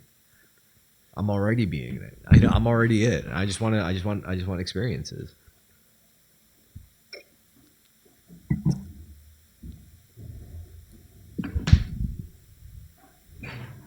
I mean, nowadays, if like a girl asks me, it's like, what do you want? What do you want out of a relationship? And I would tell them, I'd be like, I would like to be with someone who makes me even more grateful than I am for every single day. You know? It's a very nice answer. Yeah, because like by now, like a few different women asked me that on different dates, and now I have a solid answer. Anyway, that concludes the second part. So in current events, I would say SUNO wins music. SUNO and Warner Music Group have established a landmark licensing agreement that resolves a major copyright infringement dispute while integrating Songkick into the AI platform's ecosystem. This partnership allows artists to opt in to the technology, ensuring they receive compensation and maintain control over how their voices and identities are utilized in generated music. In a shift toward a more regulated environment, SUNO will phase out its unlicensed models by 2026 and implement stricter download limits for non-paying users. The deal marks a strategic transition for the AI industry, moving away from unauthorized data scraping toward legalized frameworks that prioritize creative rights. While Sony and Universal continue their separate legal battles against the company, this alliance suggests a future where artificial intelligence and traditional record labels coexist through formal business structure. Now, let me just say this much, all right? Yeah. First, I want to speak on UMG, WMG, and Sony. Those three are the biggest entities, global entities for all of music distribution, right? They're like the literal Illuminati of music, of all the music. They own all the biggest stars you could possibly think of. Either they own someone who owns someone who owns someone. Either way, it all goes back to the big three. And right now, the only thing that really stands up to them in terms of like music distribution, capturing control over a listener's attention is Spotify. Spotify is like the unnecessary middleman between Sony and the big record label, the companies. So here comes SUNO. SUNO leverages this AI technology that these record kings, they can't afford this. They can't afford to like fully adopt it themselves the way SUNO did. Yeah. So what SUNO is a platform to stream AI generated music. So you could use it to generate AI music and release it. And you could use okay, so the thing was Warner Music Group sued SUNO for copyright infringement. And recently that lawsuit ended with a settlement. They both decided, well, Warner basically decided, we'll drop the settlement if we work together. So basically, and this idea of like, and Universal and Sony have their own lawsuits going up. No, they're all together. They're all in bed together. It would be like comparing all the record labels of South Korea. They're all in bed together. They all work. They all got each other's back, like McDonald's, Burger King, you know? You're saying it's a cartel, yeah. Yeah, it's a monopoly. It straight up is a fucking monopoly. And this is only going to reinforce that monopoly, and I'll explain why. Because Spotify is kind of like the unnecessary middleman between them and listeners and is kind of just capturing all this revenue like they're nut. SUNO is a chance for them to say, it's like, all right, SUNO, we won't shut you down in like, this crazy fucking legal war. However, we could work together. And if we work together, you will have no hassle from us. And since we are the biggest, we are the top dogs, we have everyone. We have the full library. So if we give SUNO access to that, just starting with Warner, every artist ever, every major band suddenly it's open game. It's unfettered, generative potential, right? And is there I have a couple of thoughts here. One, any funny song that's AI generated and any like generic background music for a theme or a mood, that's all SUNO. So if you have a song where it's Michael Jackson singing about how 9/11 was an inside job, that's probably generated on Suno. Is that correct? I don't know enough about AI. I mean, it's you can do something like that on Suno. Okay. Suno gives you the tools to easily do that. And is this lawsuit in part designed so you can make a new Michael Jackson song, but it can't be about how fucking kids is cool or how 9/11 was an inside job? More importantly, is the point of it that it becomes the only means of AI generating music, and then they put limitations on what you can generate? No, the point of it is, let's say you're an artist, let's say you're a pop guy, let's say you make indie pop music or whatever, and then you release it, and someone uses your voice to release on Suno, and they start making money off of their track they made with your identity and your voice and your material, you get a cut. Right. Because if Suno's the biggest top dog anyway, and everyone's going to be using it anyway. So you get that. This is what they're trying to set up, supposedly on paper. But what it's really doing, I mean, it's just solidifying a monopoly for the top biggest players. You know, it's because. By the way, there's another dynamic. I don't want to derail from it, but Spotify is like the middleman for everyone. So with music streaming, everyone mostly just goes to Spotify. I guess you can do Google Music. There's other music streaming. Apple. Right. But it seems like, unlike movies and TV, people will not, probably because of the way people listen to music, people only want one music streaming service. Wouldn't you? Yeah, of course. I'd rather have only one film streaming service, but I guess the different nature between film, TVs, and music is that even though the market's going to collapse, you have multiple film streaming services, but only one music streaming service. I'm sure there's some of this must be downstream of how licensing, about how the law works. I'm sure there's different things with radio versus television or whatever. Also digitizing music, because once you digitize music, it technically becomes just data. And what, as opposed to with video? I suppose, yeah. Well, no, I think video is kind of. Oh, I see what you're saying. Is that even if you have a film available for streaming, there's still physical copies of it. There's still an original cut. Yes. Whereas music, it's like it's very scientific. You know, it's like there's the idea of, well, not only was it produced specifically on a platform that wasn't even really yours, it belongs to Microsoft, or it belongs to ImageLine, or it belongs to Apple. You know. And then you try to promote it on something that belongs to Google, on something that belongs to Spotify, something that belongs to, you know, Sony or whatever. I mean, the whole contention, I think, the behind closed doors, the contention is that Sony, WMG, UMG weren't able to beat anyone to the punch of creating their own Spotify. They didn't get their shit together enough as a unified front, which would have been a monopoly, so they couldn't, literally, like legally. And because of that, Spotify came in and filled that vacuum. Spotify can exist because of the way, like, the American copyright law works. Much in the same way that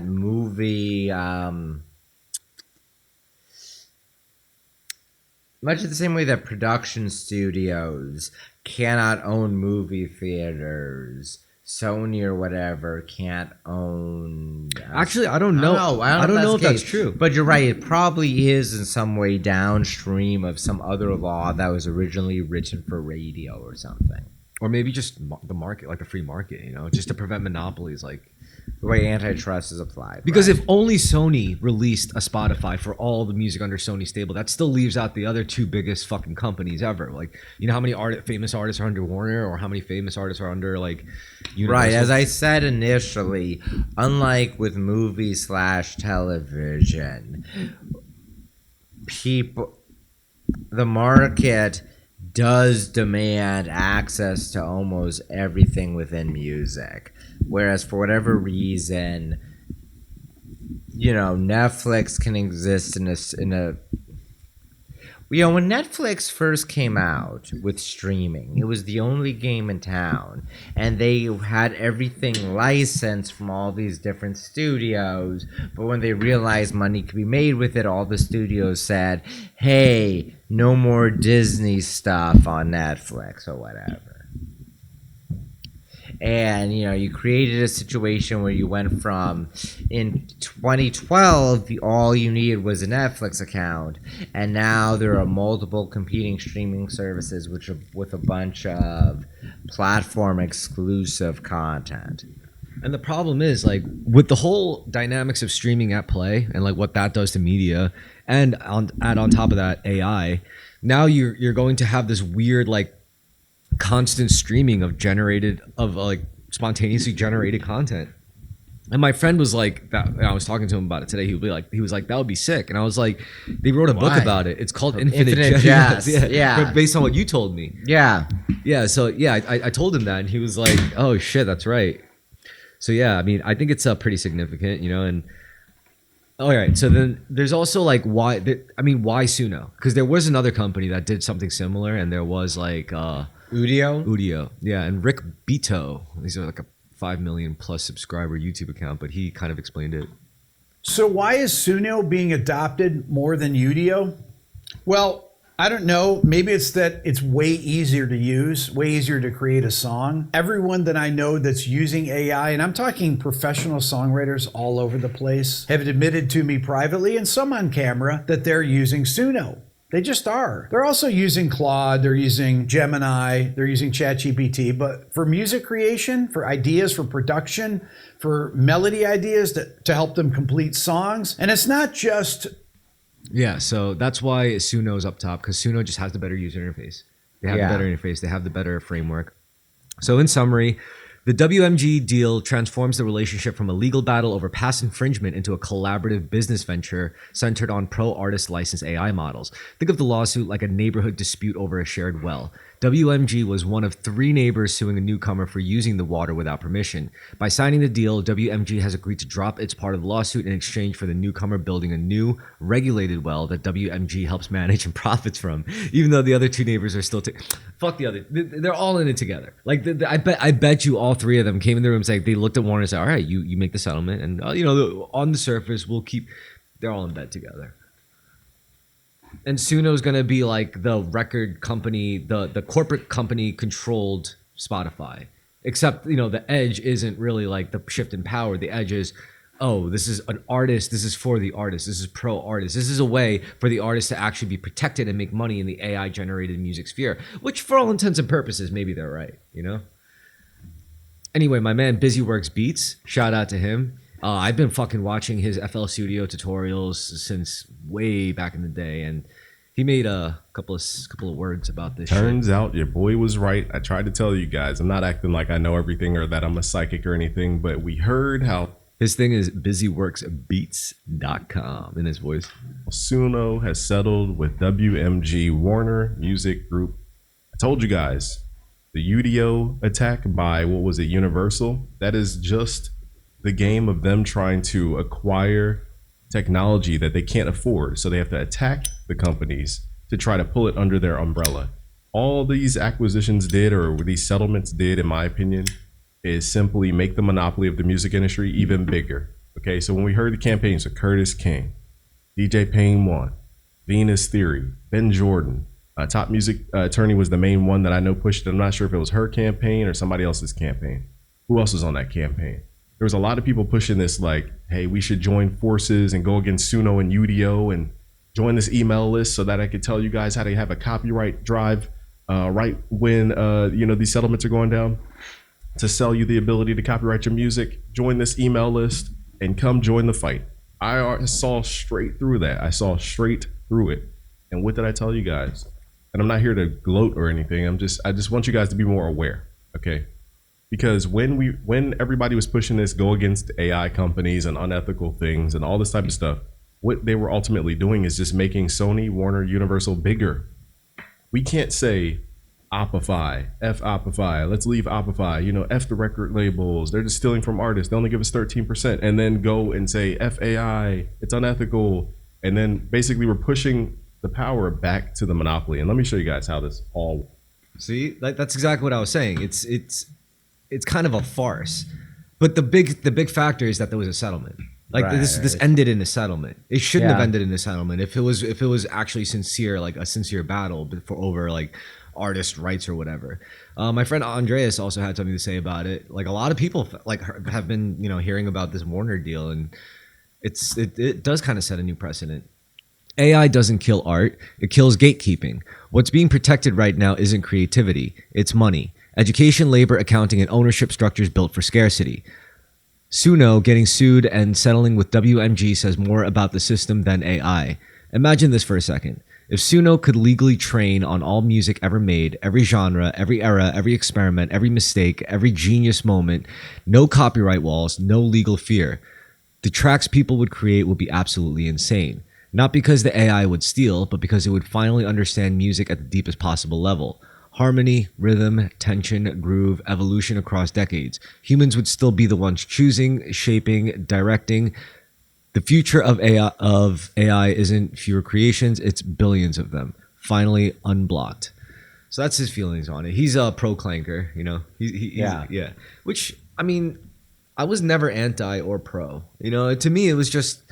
I sat through a lot of innovations in music. Like for me, like when I first touched the DAW, it was still a lot. It was almost archaic compared to what the things you could do now. Yeah.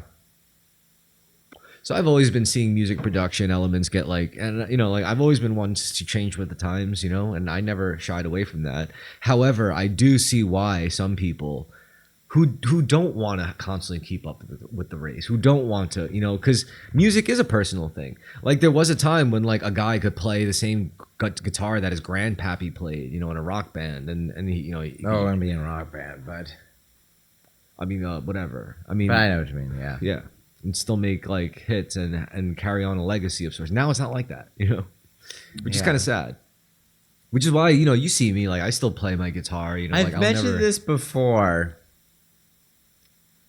AI in creative endeavors is very good for certain things and not so much for others.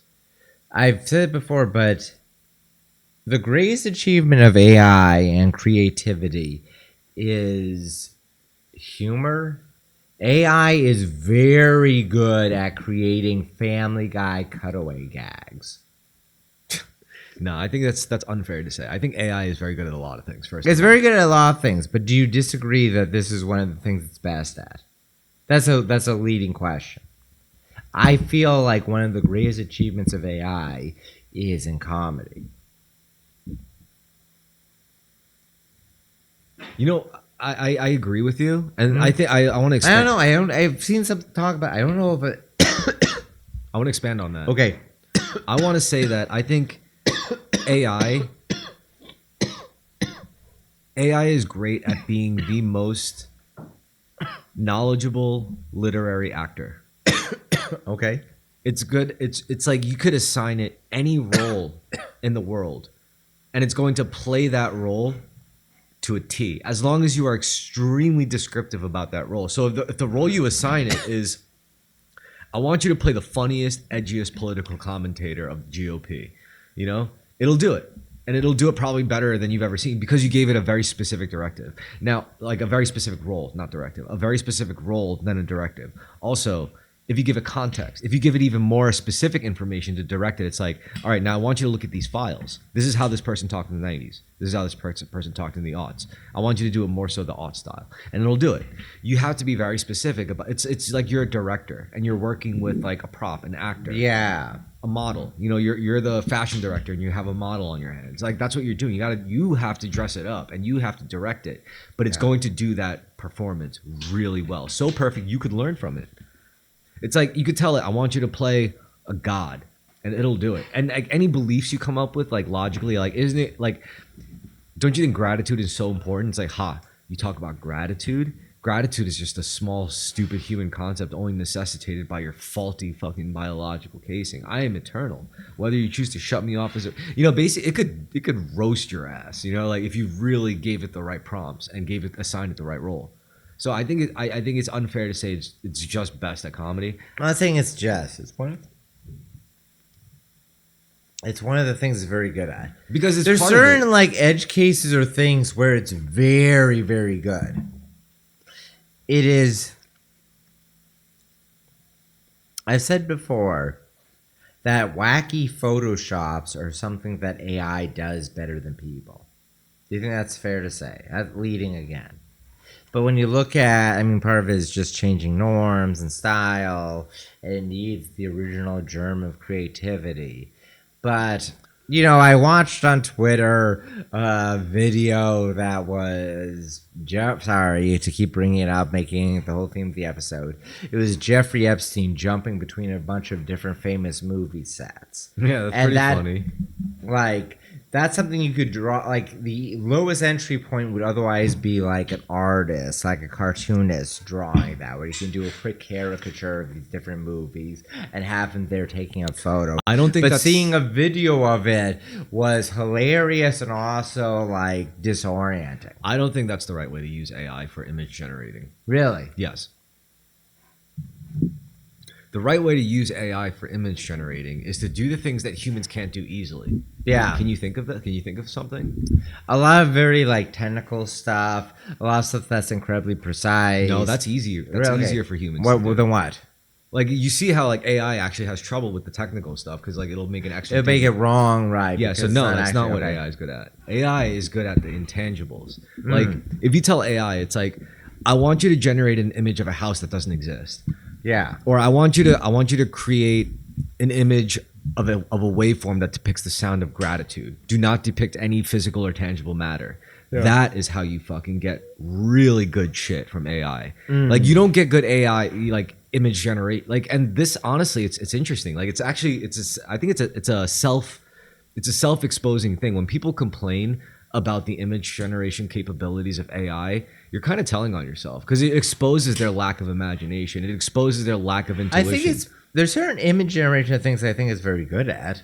No, it's all on you at this point. It's all on you. If you think it sucks, it's because you suck. No, I'm saying it is. I'm not very, saying you very say good, it, but I'm just saying everyone who I've seen says this shit sucks. You can't do anything. You know, I right. think it's very good. Like certain things is very. I think video games is very good at. What, making video games? Not making video games directly, but generating art assets for video games. Not making them, but generating art assets. Yes. 100%. Because this is what I'm saying. Like, as I said before, the best way to use AI is to assign a role and to give it intel, give it context. You're not providing stuff that it doesn't know. When you provide stuff, you're providing... Let's say I'm making a low-budget video game, and I want it to have the aesthetic of... Let's say I want like a Renaissance themed video game and I want a bunch of orcs and elves and various like scenes of them fencing. I could hire a fantasy artist, pay a bunch of money, maybe get something good, maybe not. I feel like something like that. And if I just want like a bunch of still images, I think one individual person who's much better at, say, programming the gameplay mechanics can generate art assets very easily of a high quality using AI. Yeah, 100%. So if you want so like I'm throwing together a scenario here, but I think that's an example where an individual who's good at an individual is trying to make a project that normally require more people than they have. AI can fill in particularly on those kind of details. Yeah, 100%. So when you're trying to make a video game, what you want to do is you want to cover the 3 C's: characters, concepts, and controls, right? That's very easy to do. So naturally, the fun part to start is the characters. You want to start with assets, character models. So you don't want to start with just one language model to do everything. Especially if you know the framework of how to make, if you just tell that language model something like, make me a video game, yeah, you're going to get stupid fucking results. However, if you take it step by step, if you actually take the time out to understand the structure of video game creation, just like creating a song or producing a movie, you know, if you're able to know that, then you know where to start. So you don't start with the whole cookie. You take a bite out of it, and the first bite is going to be characters. So you go to one language model, maybe not the language model you use to code the base mechanics of your game, but a language model that's good at generating sketch concepts, you know, and then you give it prompts, you give it the right prompts, and it's better if you're good at writing.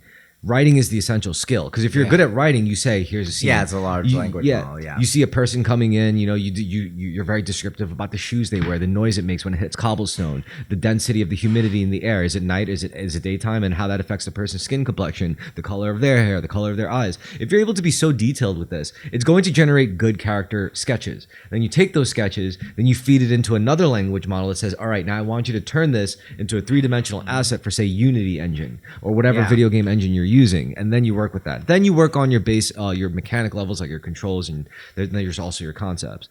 but that is how you would go about it. So I think, like, again, this just again goes back to the proper way to use it. People don't use it properly. They just try to give it the whole cookie. You're supposed to take a bite out of the cookie, and you're never going to know how to do that if you don't know what bite to take first. And again, AI can help you with that. So this goes also back to, I think, what AI is also extremely good at personally is I think it's good at research. I think AI is really good at research. Yes. You feed it source material, you say, how can I understand this easier? And it'll do it in a way where it'll make its own lecture for you, or its own podcast for you, or its own video. There's more to this AI shit, I think, than people give credit for, you know? And this is why I think like one of the insidious parts about like taking the ability of people to like of consumers to build like just their own PC towers and forcing them to compute only through a small screen is just going to make everyone fucking retarded, and they're going to be forced to engage with AI without understanding how it truly works, or the most optimal ways to use it. And I think that might be by design. Maybe. When did all this drop? I've already forgotten when AI became prominent. Was it a year ago, 2 years ago, 2 years ago?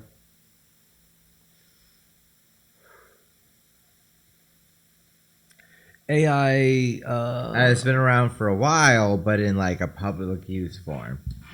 I would say 3 years ago. Yeah. I remember because it was my sensei was like, "You guys ever use ChatGPT?" And my friend, one of my kohai, Frank, was like, "Yeah, I use it to cheat on my homework." And I was like, "Word, must be pretty decent then." But then we talked about it, and it was like it was very imperfect, like, you know. Yeah. But then within 3 years' time, it got crazy. Well, a lot of the way people have been behaving for a while before this went public was already ChatGPT. Like, 10 years ago, your clickbait websites, your like Mike.coms, all those articles were written by people, but they might as well have been written by AI because they were already using algorithms in the way that they were writing articles, where they would like Clickhole from The Onion was parroting it, but it was like, you know, emotion, exclamation mark, you know, excitement. This X is the first to do X. Listicles are. I mean, personally though, one thing like I gotta remind you of, and I'm sure if I remind you, you'll recall clearly.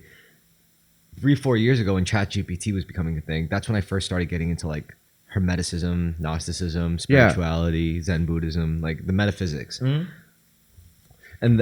That's why, like, throughout the time I didn't really pay much attention to AI because I was so focused on like metaphysics. I was so focused on self-mastery and like my own like mind, body, soul harmony, my own spiritual nature. I think once you've understood and gotten a good, decent enough grasp on manifesting, on understanding that your reality is downstream from your conscious state.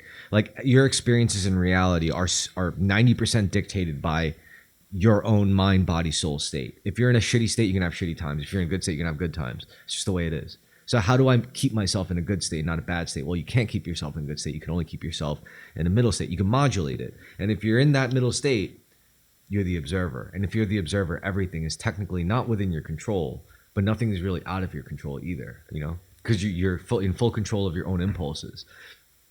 So if you don't have that, and you're like, say, like a paranoid, like you're still hooked on porn, you're still a racist, you're still hooked on like owning the libs, or you're still hooked on like fucking the Nazis in the Republican Party, or you're still hooked on like what these celebrities are doing, like, or you're still hooked on getting like crazy amounts of makeup or whatever and doing shorts for TikTok. Like, if you're still hooked on that shit and you engage with AI, it's going to accelerate like negative manifestations. Whereas I think if you're like already on like a self-mastery kind of thing, AI is only going to be like an unfair advantage. What's the AI generated stuff that you've liked the most?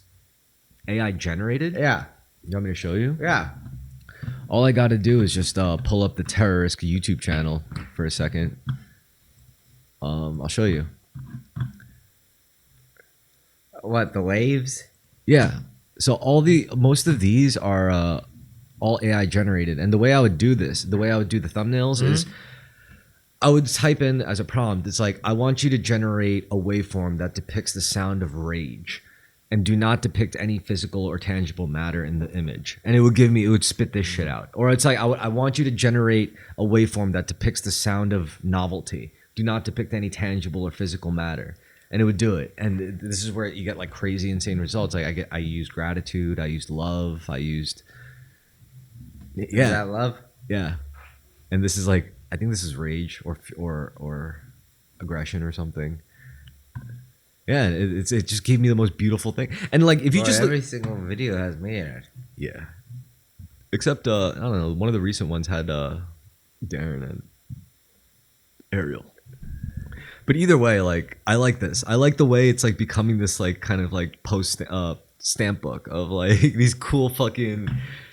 And look at these images. Like, you can't say you've ever seen anything like this made with like human hands. Like, each one of these is pretty. I've seen similar things to this, other waveforms I've seen.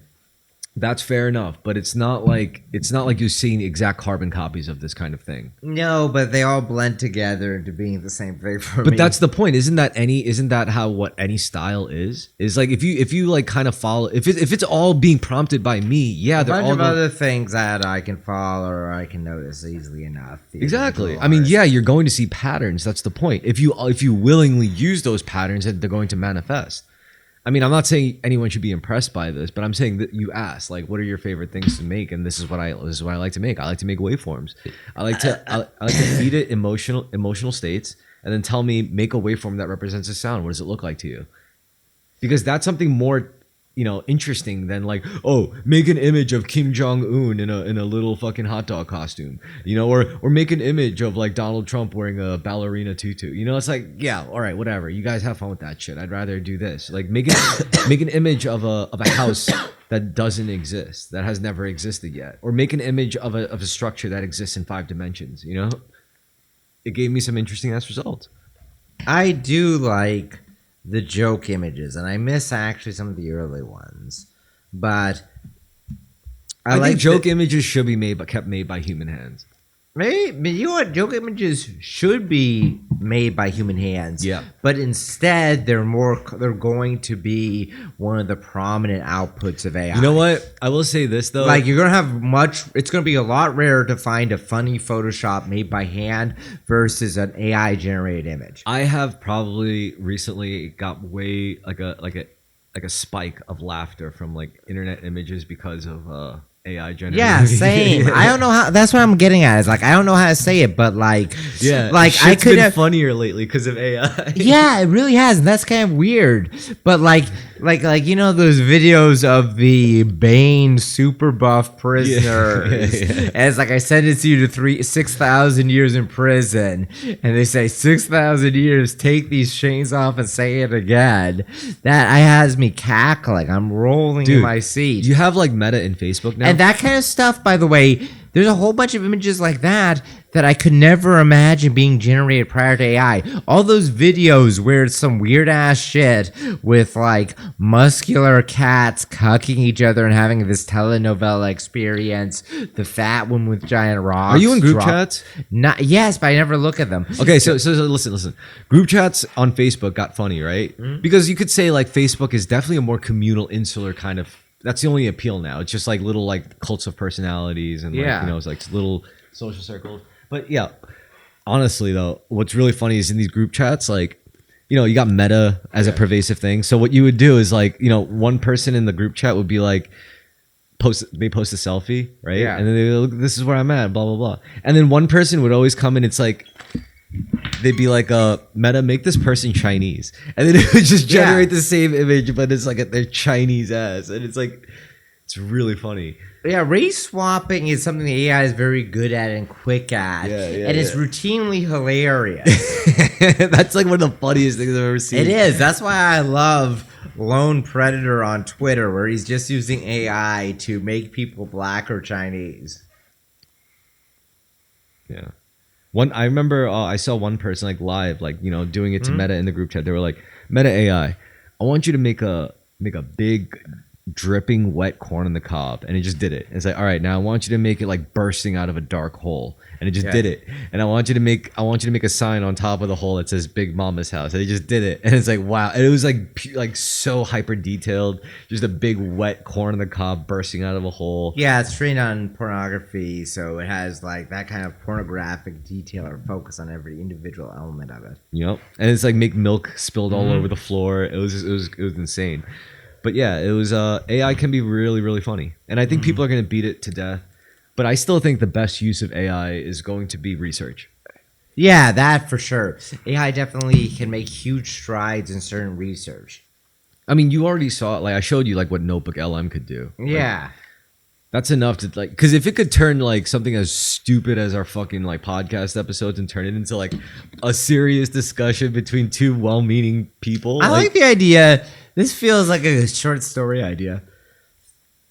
It's like we try to make the most John Henry Iron. You know John Henry Irons?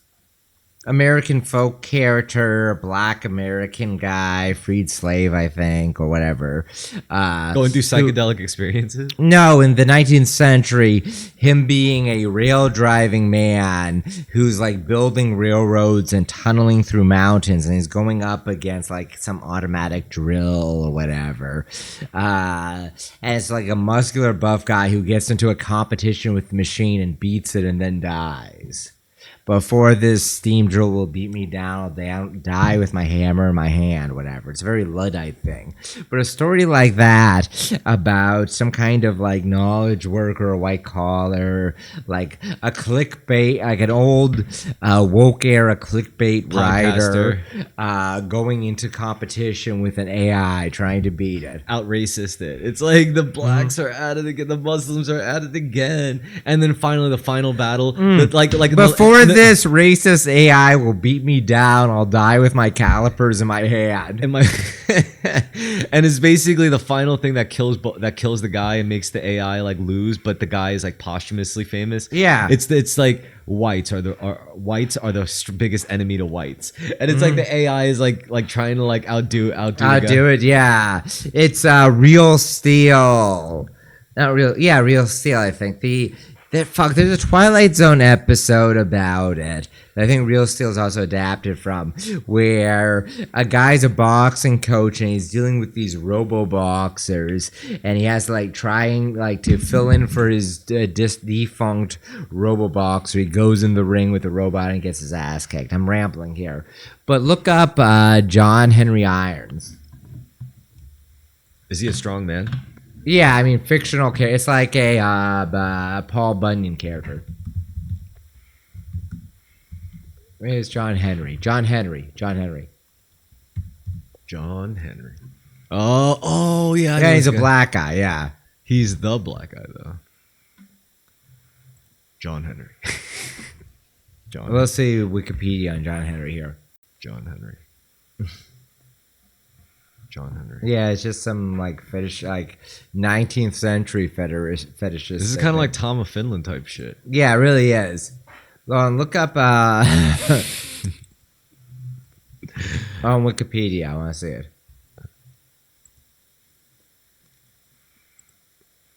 Folklore. They keep e-begging me for fucking money. Yeah, I already gave them like $10,000. An American folk hero, an African American freedman. He is said to have worked as a steel driving man, a man tasked with hammering a steel drill into rock to make holes for explosives to blast the rock during railroad construction. Classic folk blues, dueling against a drilling machine.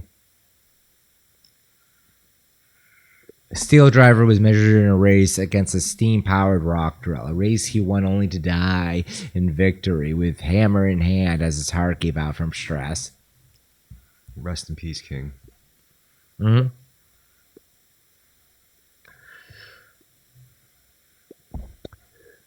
Anyway, like a John Henry story, but about a guy who writes clickbait going up against an AI, or a racist going up against an AI. Maybe I should be. I think now is a really good time to be a writer. Because if you're a writer, you get to write about AI affecting the world. You get to be like H.P. Lovecraft of the modern era. Yeah. I think you're. Well, do you have a good writer's voice? Actually, I probably do. Actually, yeah. I don't know. I think you and I writing more is inevitable. Yeah, you're right. I think because like, dude, I do it all the time. Maybe you know what? I'm not even gonna jinx The it. normal spiel, but yeah. Let's just say this formatting is working. Mhm. All right, I think so. I think it's a lot. It gives, dare I say it, it might even give a bit of value to some people. You know. So anyway, we could kind of free ball it from here when it comes to media and stuff. That's generally what we're talking about. Yeah, I think actually we could wrap this part up. Let's wrap up this part. Yeah. You got anything final? You got any final thoughts on media? I don't. All right, now the most uncomfortable, but the most important part. Matters of emotional significance. What we feel strongly about in our personal lives, and I would have to say,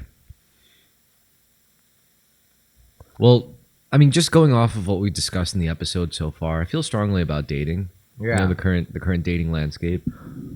Not just for single people, but for people in relationships, for people who are married, for people who have kids who are married, for people who aren't married with kids. Like, the dating world is crazy now. We take that for granted, how crazy things are. And maybe it used to not be as big of a deal. Maybe it is accompanied by people becoming more financially, but not even people are not more financially stable. But like, you know, people are getting their dude, the wealth gap. needs. The wealth gap, that's what I think like what I've noticed a lot is like people who are still comfortably in the middle class are dating people who were very, very recently middle class but are now suddenly in like a bunch of downwardly mobile people are out there, yeah. So yeah, I think that's because that does a lot. Like especially I just know this from like a guy to a girl perspective. Like Yeah. you know, usually, yeah, of course, I want to see everyone as like we're all just characters in a sitcom, right? We're all just like dating in New York City. We all have our jobs. We pay our rent. We're struggling like Peter Parker, you know, like. Interesting you're saying that, not friends or whatever, but yeah. Well, I mentioned Spider-Man too, okay, and I'll also reference How I Met Your Mother. It's the same shit, the same story. What we're supposed to be doing, right? We're supposed to be struggling. This is what it is to live in the big city. We struggle. We meet a lot of people. We date. We all complain together about the shitty coffee and the shitty taxis and the shitty traffic and the shitty coffee's landlords. great now. Yeah, it is. It is great now. But that's what we're supposed to be doing, and people complain about that. I'm like, yo, when I see people like my age and they're in like early to mid 30s, even in their late 30s, and they complain about like, oh, I got to pay my rent, I got to deal with my landlord, I got to deal with my boss. I'm like, what the fuck do you think living in New York City is? Like, you know? Yeah. But now it's not like that. Now it's not like that. Now everyone kind of. Like you got people who grew up in like Sacramento, California coming out here, or you got people growing up in like Cleveland, or you got people growing up in like Connecticut coming out here, and it's like they're used to one way of living. They watch the Netflix shows, not the right shows, but the wrong Netflix shows, and they come here expecting to live like it's like HBO Girls or some shit. Man, I mean, girls overtly they're being subsidized by their parents, and they're in their early 20s in a different financial environment. Yeah, but then COVID happened. Yeah, it killed a lot of their parents. Yeah, supposedly. I'm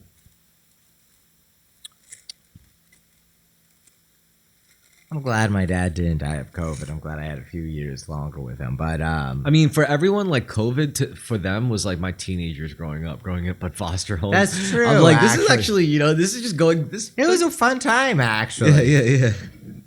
I mean, it kind of sucked at first. I was in Boston, but like when I had enough money, and then I moved to New York, and hanging out in 2021 is one of the best years of my life. Yo, for all you listeners, I'm sorry if you didn't get to spend time in COVID in New York. Like, it was so fun. Like once you get past the initial craziness or whatever, it was so fun. Yeah, it was crazy.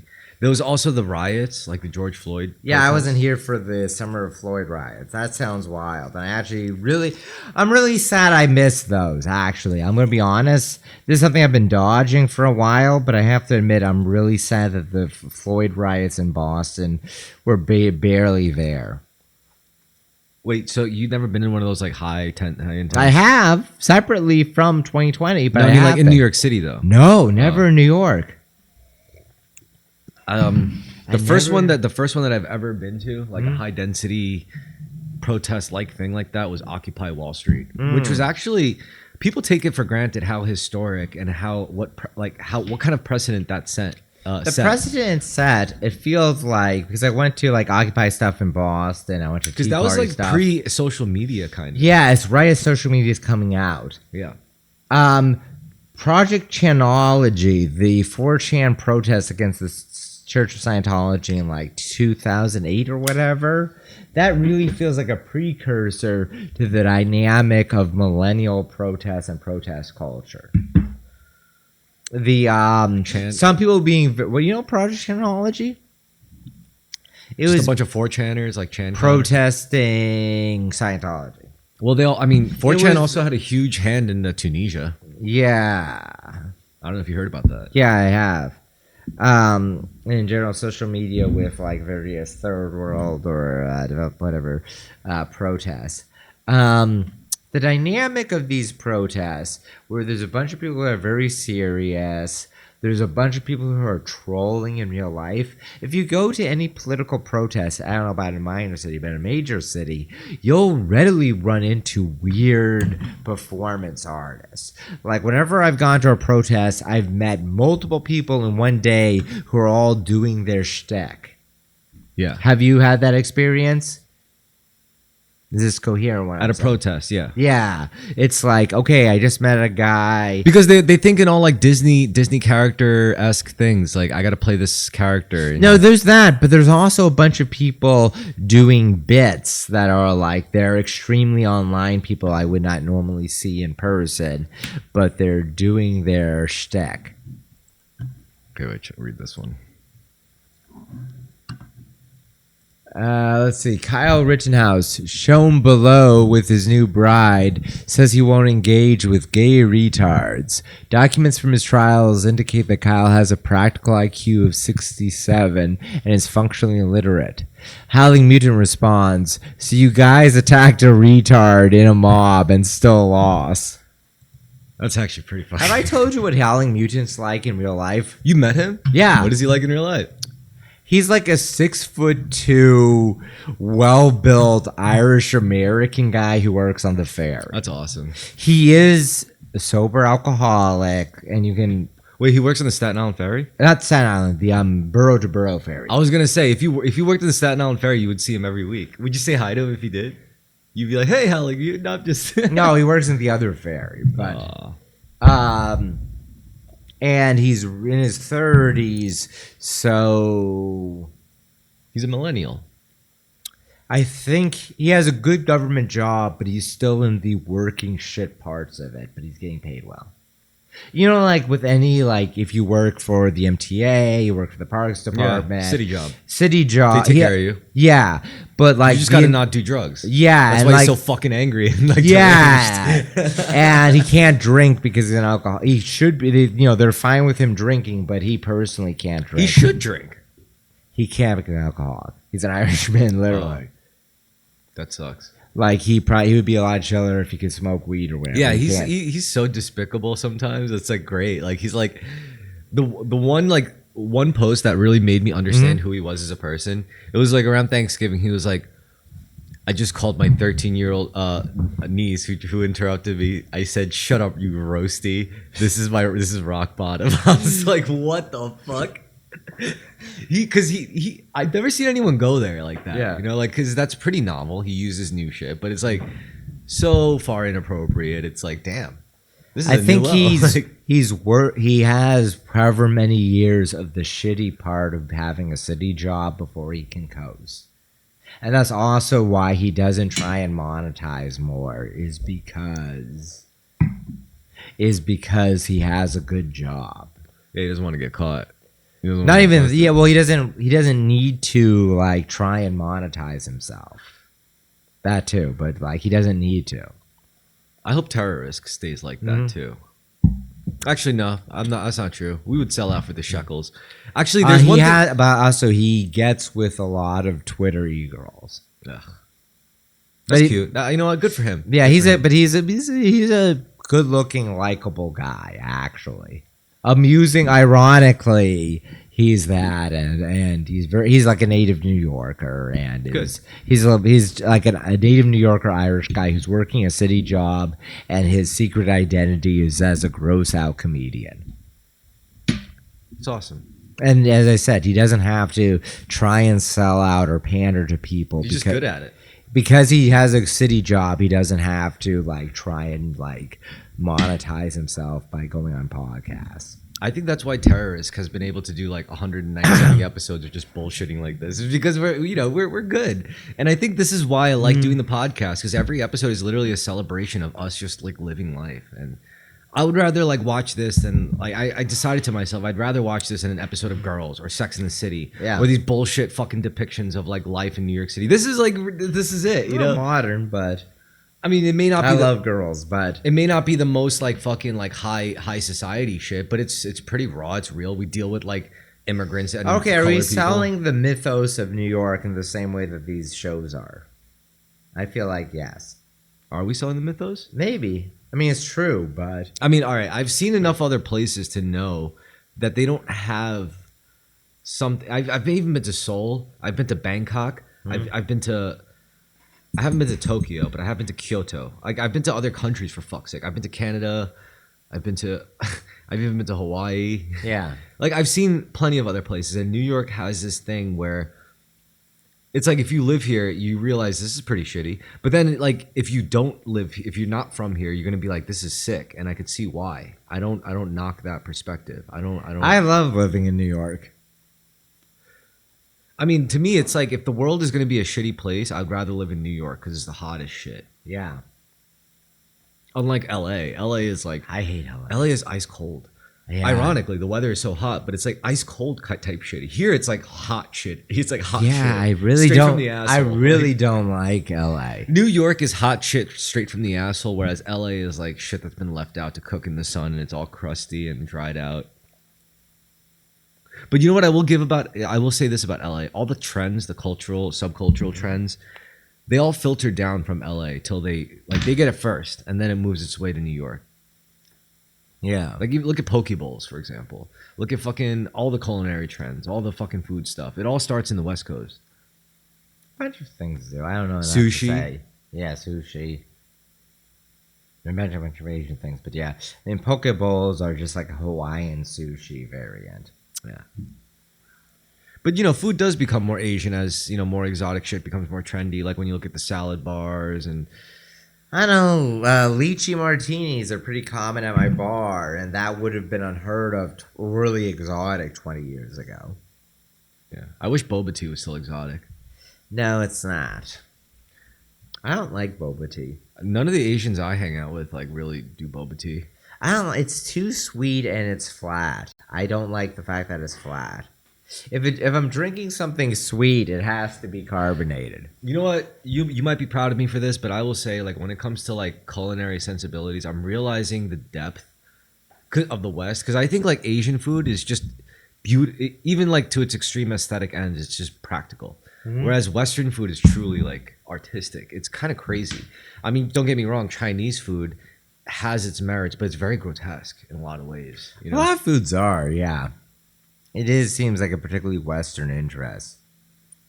Because what I like is like the idea of pairing like wine with dishes and food. It's really good.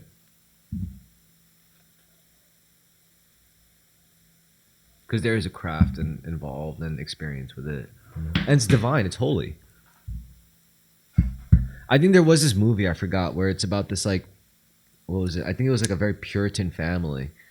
And like they have this like nanny, this immigrant European nanny come in, and they, you know, she like warms their hearts with like, you know, like French cuisine, and they were used to eating like, you know, very Puritan dishes, you know, like very basic stuff and bland stuff. And this French woman comes, or I think she was French or maybe Italian or whatever, and it turns out she was Catholic, and that goes against like everything they believe in, but they loved her so much because of like all the beautiful culture she introduced them to, like when it came to the food, just purely, it was French, she was French. And she introduced them to French cuisine and wine and snacks, you know, because that's what the French people are really good at. They're not good at anything. French people suck at everything except for like they're great at a lot of things. Snacking and art. Cool. Yeah, give that. They're actually very good militarily, historically. They're one of the highest GDPs in Europe. The only like off the top of my head, the only recently cool thing the French intelligence ever did was like assassinate Charlie Kirk. What? French intelligence is like a real underrated player. I forgot the name of French intelligence. I get it. Like, yeah, they killed like them with Mossad killed Charlie Kirk according to Candace Owens. I get that, which was a pretty sick op. You know, you don't believe that? I doubt that, but yeah. You don't believe Candace Owens? No. Look, when a powerful black woman speaks, you sit your yellow you ass sit your Asian down and you listen. So sit your white and yellow asses down and listen. Yeah. Should we argue against Candace Owens? Like, would you really if you met Candace Owens in real life, like at like Sovereign House back in the day, like when she was saying the same thing, like that happened back then, or if Sovereign House were open today and you met her and she was saying that to your face, would you argue against her? In the past, I would have tried to fuck her, no matter how long it did. But nowadays, would you argue against her? Yeah, I would try anyway. Yeah, you'd be like, "Do you really believe that, Candace? I mean, come on." Yeah, is that really what you'd say? French intelligence, yes, French intelligence does do a lot, though. They're running ops in Africa all the time. I don't think they have to run ops. Like a lot of times, I think they could run people who can run the ops and like really. Yeah.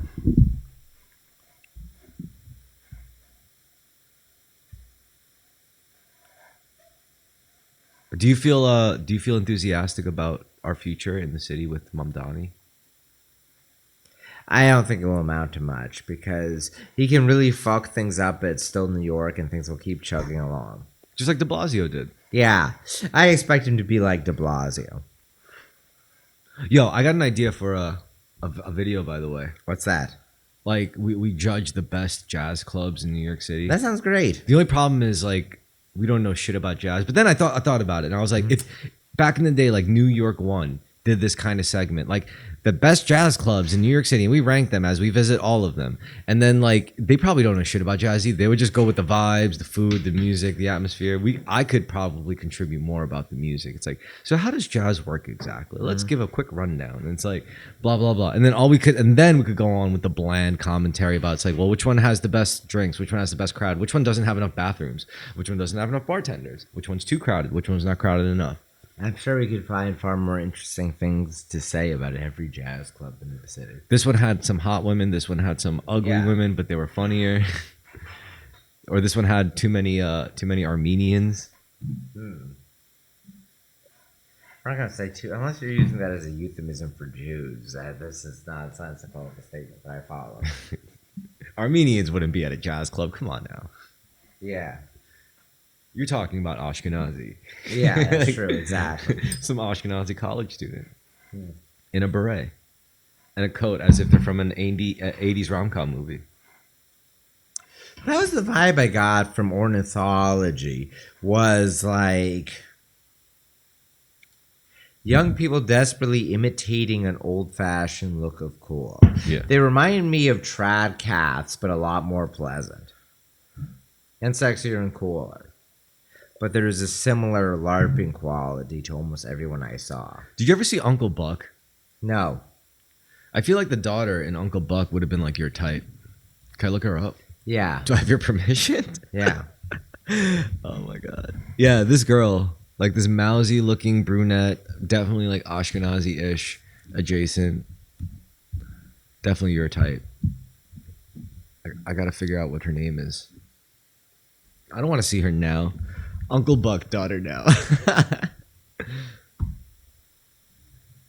Nah, I gotta see her in the movie. Ooh, yes. Yeah? That's yes. all you? Yeah. Jean Louise Kelly as Tia Russell. Yeah, Jean Louise Kelly. Let's look up Jean Louise Kelly. I'm not even gonna early life her. Yeah. Wow, Google already knew what I was gonna do in like one keystroke. So yeah, this is Jean Louise Kelly. Yeah.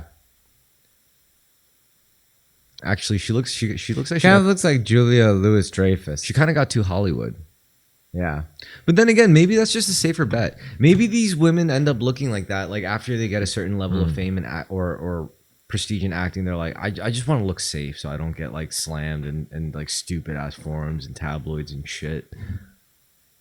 Maybe, I don't know. It's a different dynamic. Oh, fuck. Okay, fine. Yeah, boy. Cheers. Cheers. You know, because I think about it like this. Like, let's say we were in the military and we were in the trenches and I had like a sip of water in the canteen left. It's always going to be beneficial to share your water with your fellow men, you know? Unless you're an officer. Then when you're an officer, apparently you follow different rules. Yeah. But if we were in the trenches together, I would be like shooting Venezuelans, like, come on, Carmen, you could have some of my rations.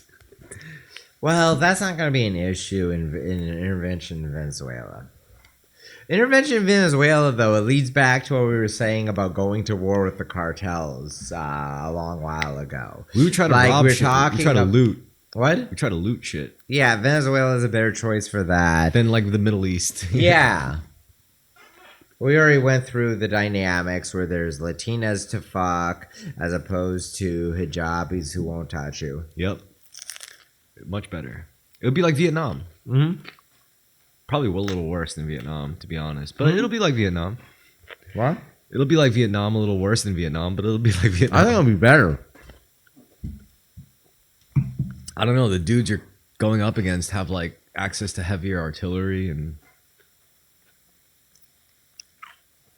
They had more of that in Vietnam. yeah, but now they'll have like access to YouTube. They'll have access to like drones from Amazon and Temu, and they'll have like they'll be able to buy precursor chemicals from Temu. We learned about that in the last episode. I feel like we could roll Venezuela much easier than Vietnam. Man, are you serious? I think they would they might kill us. Cause it's also getting to Venezuela, like keeping that road, that supply chain open is, unless we do it by like sea, actually air too. Sea and air is so much easier than Vietnam. It's closer. Yeah, unless there was an intercontinental rail system, which I don't. No, it would have to be sea and air. Which is fine, and we're better at that than we were during Vietnam. The question is like with the other, how close can we get? Like, what's the closest port we can get? Is it going to be Mexico? Is Mexico the closest we can get, or are they going to let us all the way down, all the way to like? What are you talking about, man? We'd be able to do it immediately offshore. True. Like, we could do it right from Caracas. We don't have the Soviet Union threatening to intervene if we get too close. Because it's literally in our ass end. Mm-hmm. I think like, I mean, yeah. What if actually also we have a bizarre blunder intervention in Latin America, and it's the first intervention we have that actually goes well? That'll be fucked up because it would boost our morale in such a bad It would probably lead us in a bad direction. Ooh, how about that? In theory for the new year, we invade Venezuela and everything works out great, and then that's bad in the long term. It benefits us materially, but it makes us evil. Encourages an arrogance, like we have this abrupt, unexpected win, and then we have a. Or how about like this? Makes us like arrogant. We're prepared for this long, drawn out, like bloody fucking, and suddenly we assassinate the president. It's like, wait, what? It's over? And it was like after 30. Unlike Middle Eastern countries, maybe it's very easy to do regime change in Latin America, Yeah. which feels correct. Yeah, it's a lot easier to get dudes in. It's a lot easy. You could actually, I bet it's easy to win over the hearts and minds of Venezuelans in a way that it wasn't with Afghans. Well, they did it in Mexico, apparently. Yeah.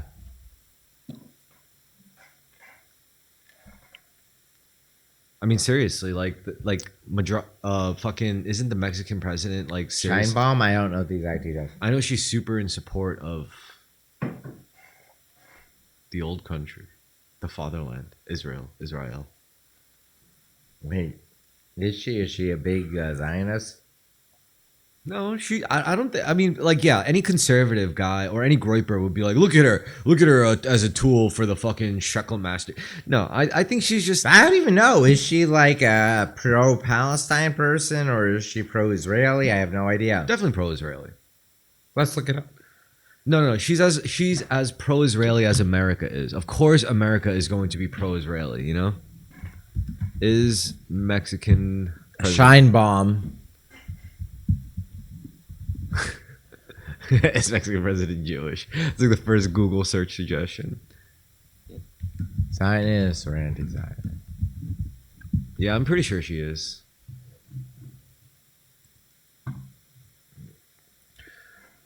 Mexico's current president, Claudia Sheinbaum, maintains a complex stance. She supports recognizing both Israel and Palestine as states, calls for peace, condemns violence, and supports Palestinian statehood, but has resisted breaking ties with Israel. See, though she has she recognized Palestinian statehood, which is a more left-wing position than maybe expected. Is it? As she describes Gaza as a genocide, yeah. But that's like the same shit that fucking Biden or Obama would have said, you know? Like, no, that's more pro-Palestinian than Obama. What, you're saying that's just Biden? like standard like AOC rhetoric, like type shit? That sounds a little bit stronger in favor of Palestine, but at least she is recognizing Israeli statehood, I guess. Or,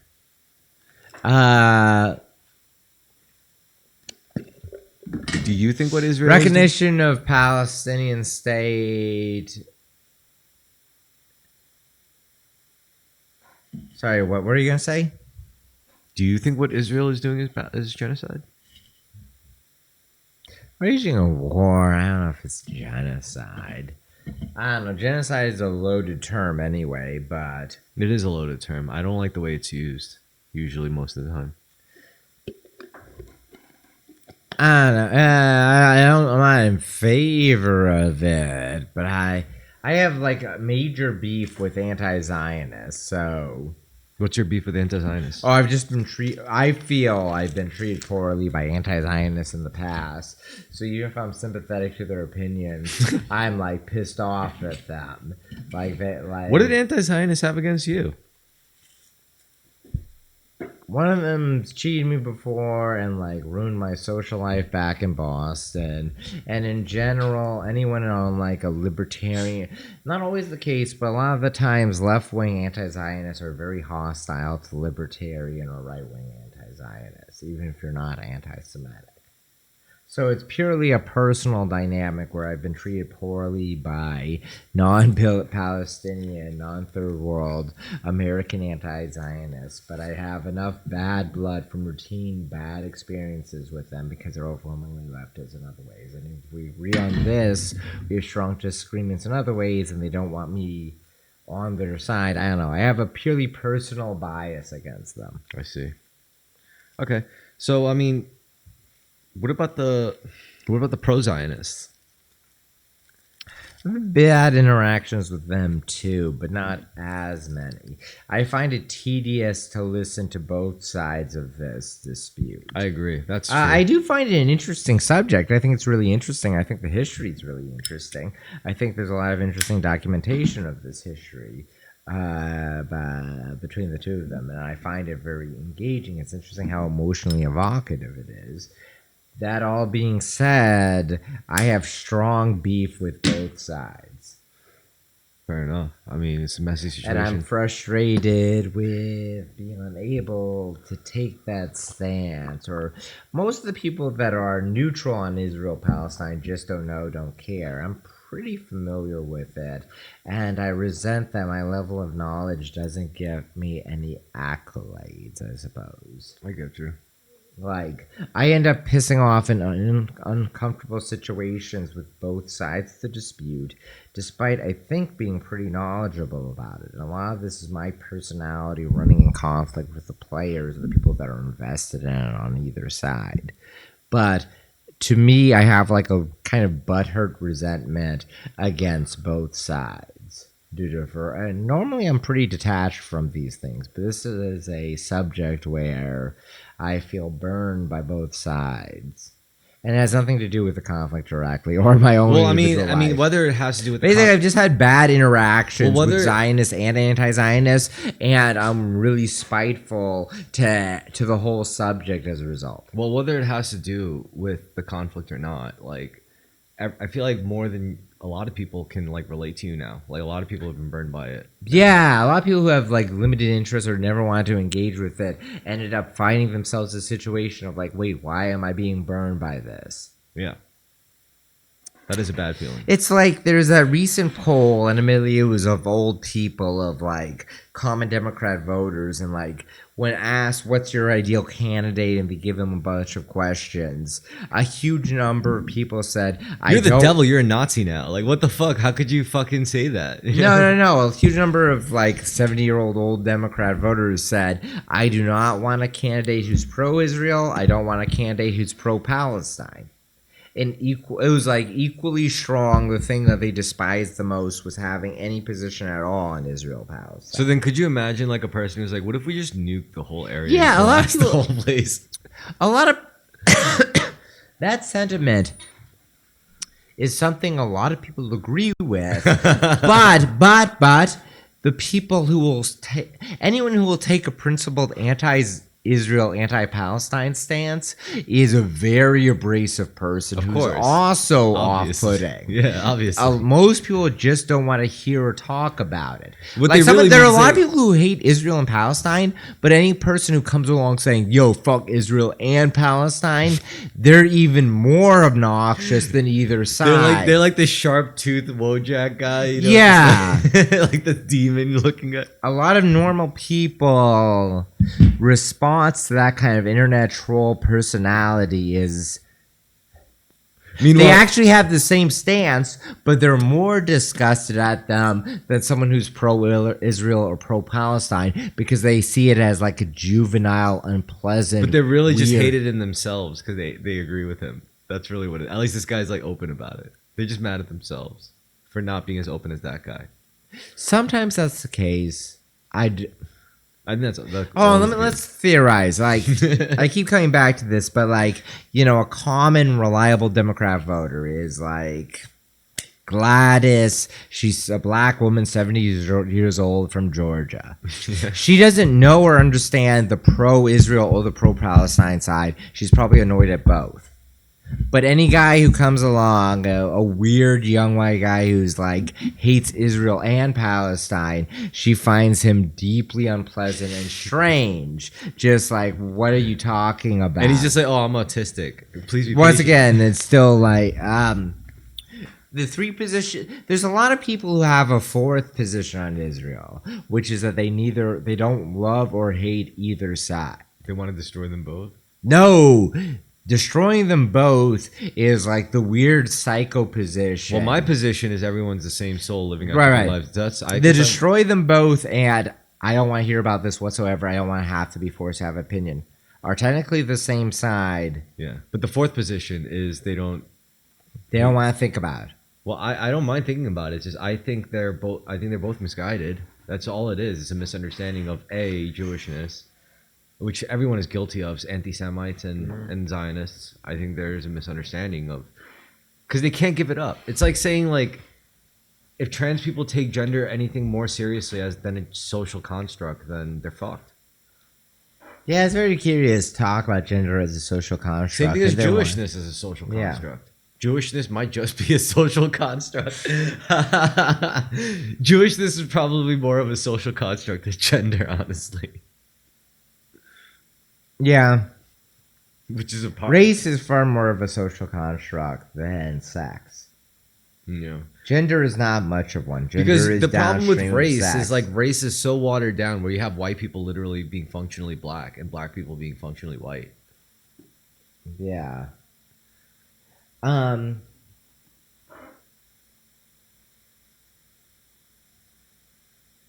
does it make you feel though? What? About how like we're literally becoming kind of this global. I don't want to say the H word. I'm trying to become more family friendly, but you know what I mean. Globalist. Global homosexualist. Global homosexual culturalists. Like that's what we're all becoming, essentially. Like we're all becoming metrosexuals. Yeah, you see this in like that footage of girls at the club in Riyadh or whatever in Saudi Arabia. And it is noteworthy that the girls don't know how to dance, even though they're pretty young women. They probably want to do this. They were in hijabs. It's because they weren't allowed to watch TikTok. Yeah, TikTok they were in you. hijabs a year ago. They didn't grow up going out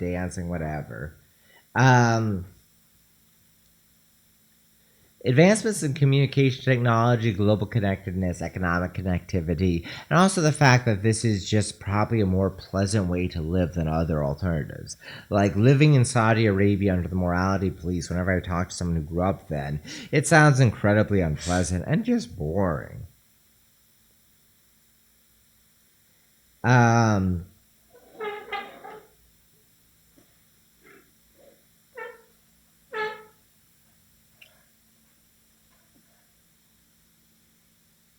I'm fine with it. Me too. I don't know. I haven't, probably because I haven't traveled as much, I'm not seeing anything being lost. It clearly is like this is revealed preferences where the majority of the world wants to perhaps, you know how we mentioned earlier off mic how Koreans who act like niggas, they kind of end up acting like Arabs. Maybe that's like a default. Like, well, maybe Arabs, because also mind. Arabs also act like, Yeah. But maybe that's like all these different cultures around the world that defaults to that level of intelligence and that level of swagger.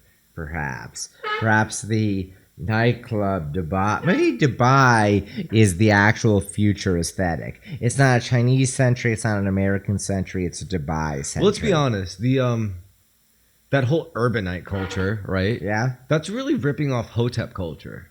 Like urbanite. Yeah. What, the Dubai lifestyle or what? Yeah, it's all Hotep shit. How so? Elaborate.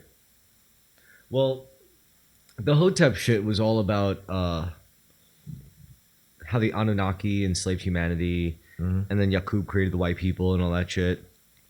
But the thing that the Anunnaki wanted and used to enslave humanity was they wanted to harvest gold.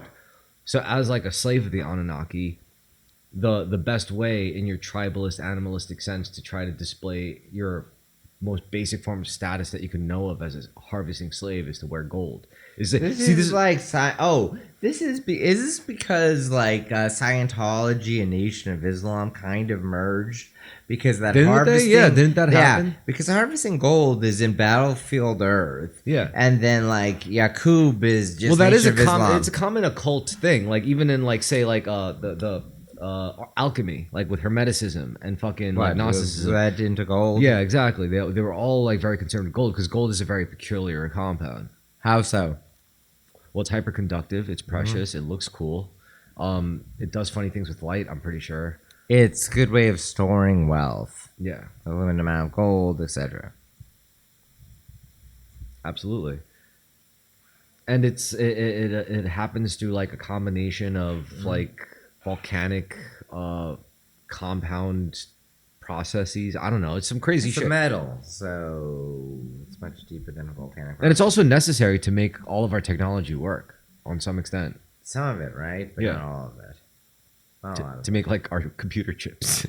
Well, that's what platinum and cobalt and gold is hyperconductive. I know. Whatever that means, I guess it means it's better for certain things. Gold plated is good. I know, but yeah. Maybe there's something to do with magnetic properties, even. Yeah. I do know one thing though, like gold as a economic technology is also really useful. Like I'd say always wear enough gold to be able to trade for like a meal and a place to stay. That's something I picked up from immigrants like my grandmother, and that's also like a common thing in the intelligence community. It's easier to keep like gold links around your wrist than like stacks of fucking cash in your fucking pockets. You know? Yeah. No, this is always a big factor with jewelry, right? Like a very reliable storage of wealth. Yeah, it's the way to go. I mean, it's nice to have, you know, and like as long as you don't, you know, you realize you see it for what it is. It's just a store of value. Mm-hmm. Morgan Freeman wears like diamond earrings, so it's like if I die, I could just pay for the coffin, you know. Yeah, no like matter where I am. Yeah.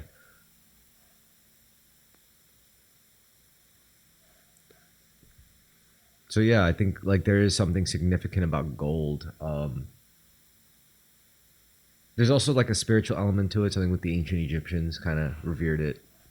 A bunch of different people revere it around the world. right? It's rarity, the way it looks.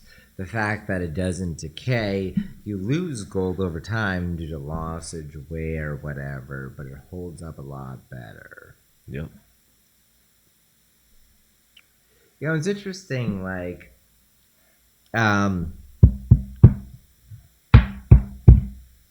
in pre-modern economies, before like fiat currency, I'm not a big monetary theory person, but throughout much of human history, a big issue is just having enough currency. Like, I think a big factor in Rome's successes before its decline was just being able to find enough silver to have currency in circulation. Well, I mean, the opposite problem can be true, because there was this one like island tribe that their currency, and they were a significant enough tribe to necessitate currency, but their currency was like glass beads. And the problem was, like, once sailors came upon this tribe and they were able to like make their... I don't remember, it wasn't glass beads. I know it was something like that. Yeah. It's like Europeans just collapsed their economy. Yeah, because they were able to just make more of their own. Yeah, currency. Yeah, and that's why gold falls upon gold, because gold is something there's a finite amount of it on Earth. Perfectly balanced. Yeah, it really is. But now, like, I mean, since gold is no longer supposedly a liable store of value, because we took our entire like nation fucking currency off of it, now supposedly we're reduced to Bitcoin. Math. Bitcoin just responds to the market, despite claims of the opposite. It seems like it just responds to the market. It doesn't respond to... It's supposed to respond to transactions. It's really just a ledger. Okay. I mean, that's what the blockchain is. The blockchain is a ledger system. It shows you when you bought, when you sell, and it's like publicly connected, supposedly. I mean, I wouldn't trust the sanctity more than God, you know? Yeah. All right, so I guess since Christmas is coming up so soon, I just want to say, well, not just Christmas, but the end of the year, and I just want to say for Christmas time, well, I don't know. I've learned a lot about Christmas this year. I learned that a lot of people like take it as the birth of Christ, but that's not necessarily true. It's actually closer to like a pagan festival, Saturnalia, which I think predates Christ. Yeah, it does. So I don't even know if is it Saturnalia or is it some winter solstice? Maybe it's the same thing. Yeah. But you know, these cultural traditions merge whatever. Yeah. It doesn't really matter. It's like whether you're celebrating Christmas now or in July or New Year's now or Chinese New Year's then. Yeah. Yeah. Do you have any Christmas wishes that you'd like to share? That everyone has a wonderful Christmas and a happy New Year. That everyone can just chill out some. My Christmas wish is that everyone just treats themselves kinder. That's it.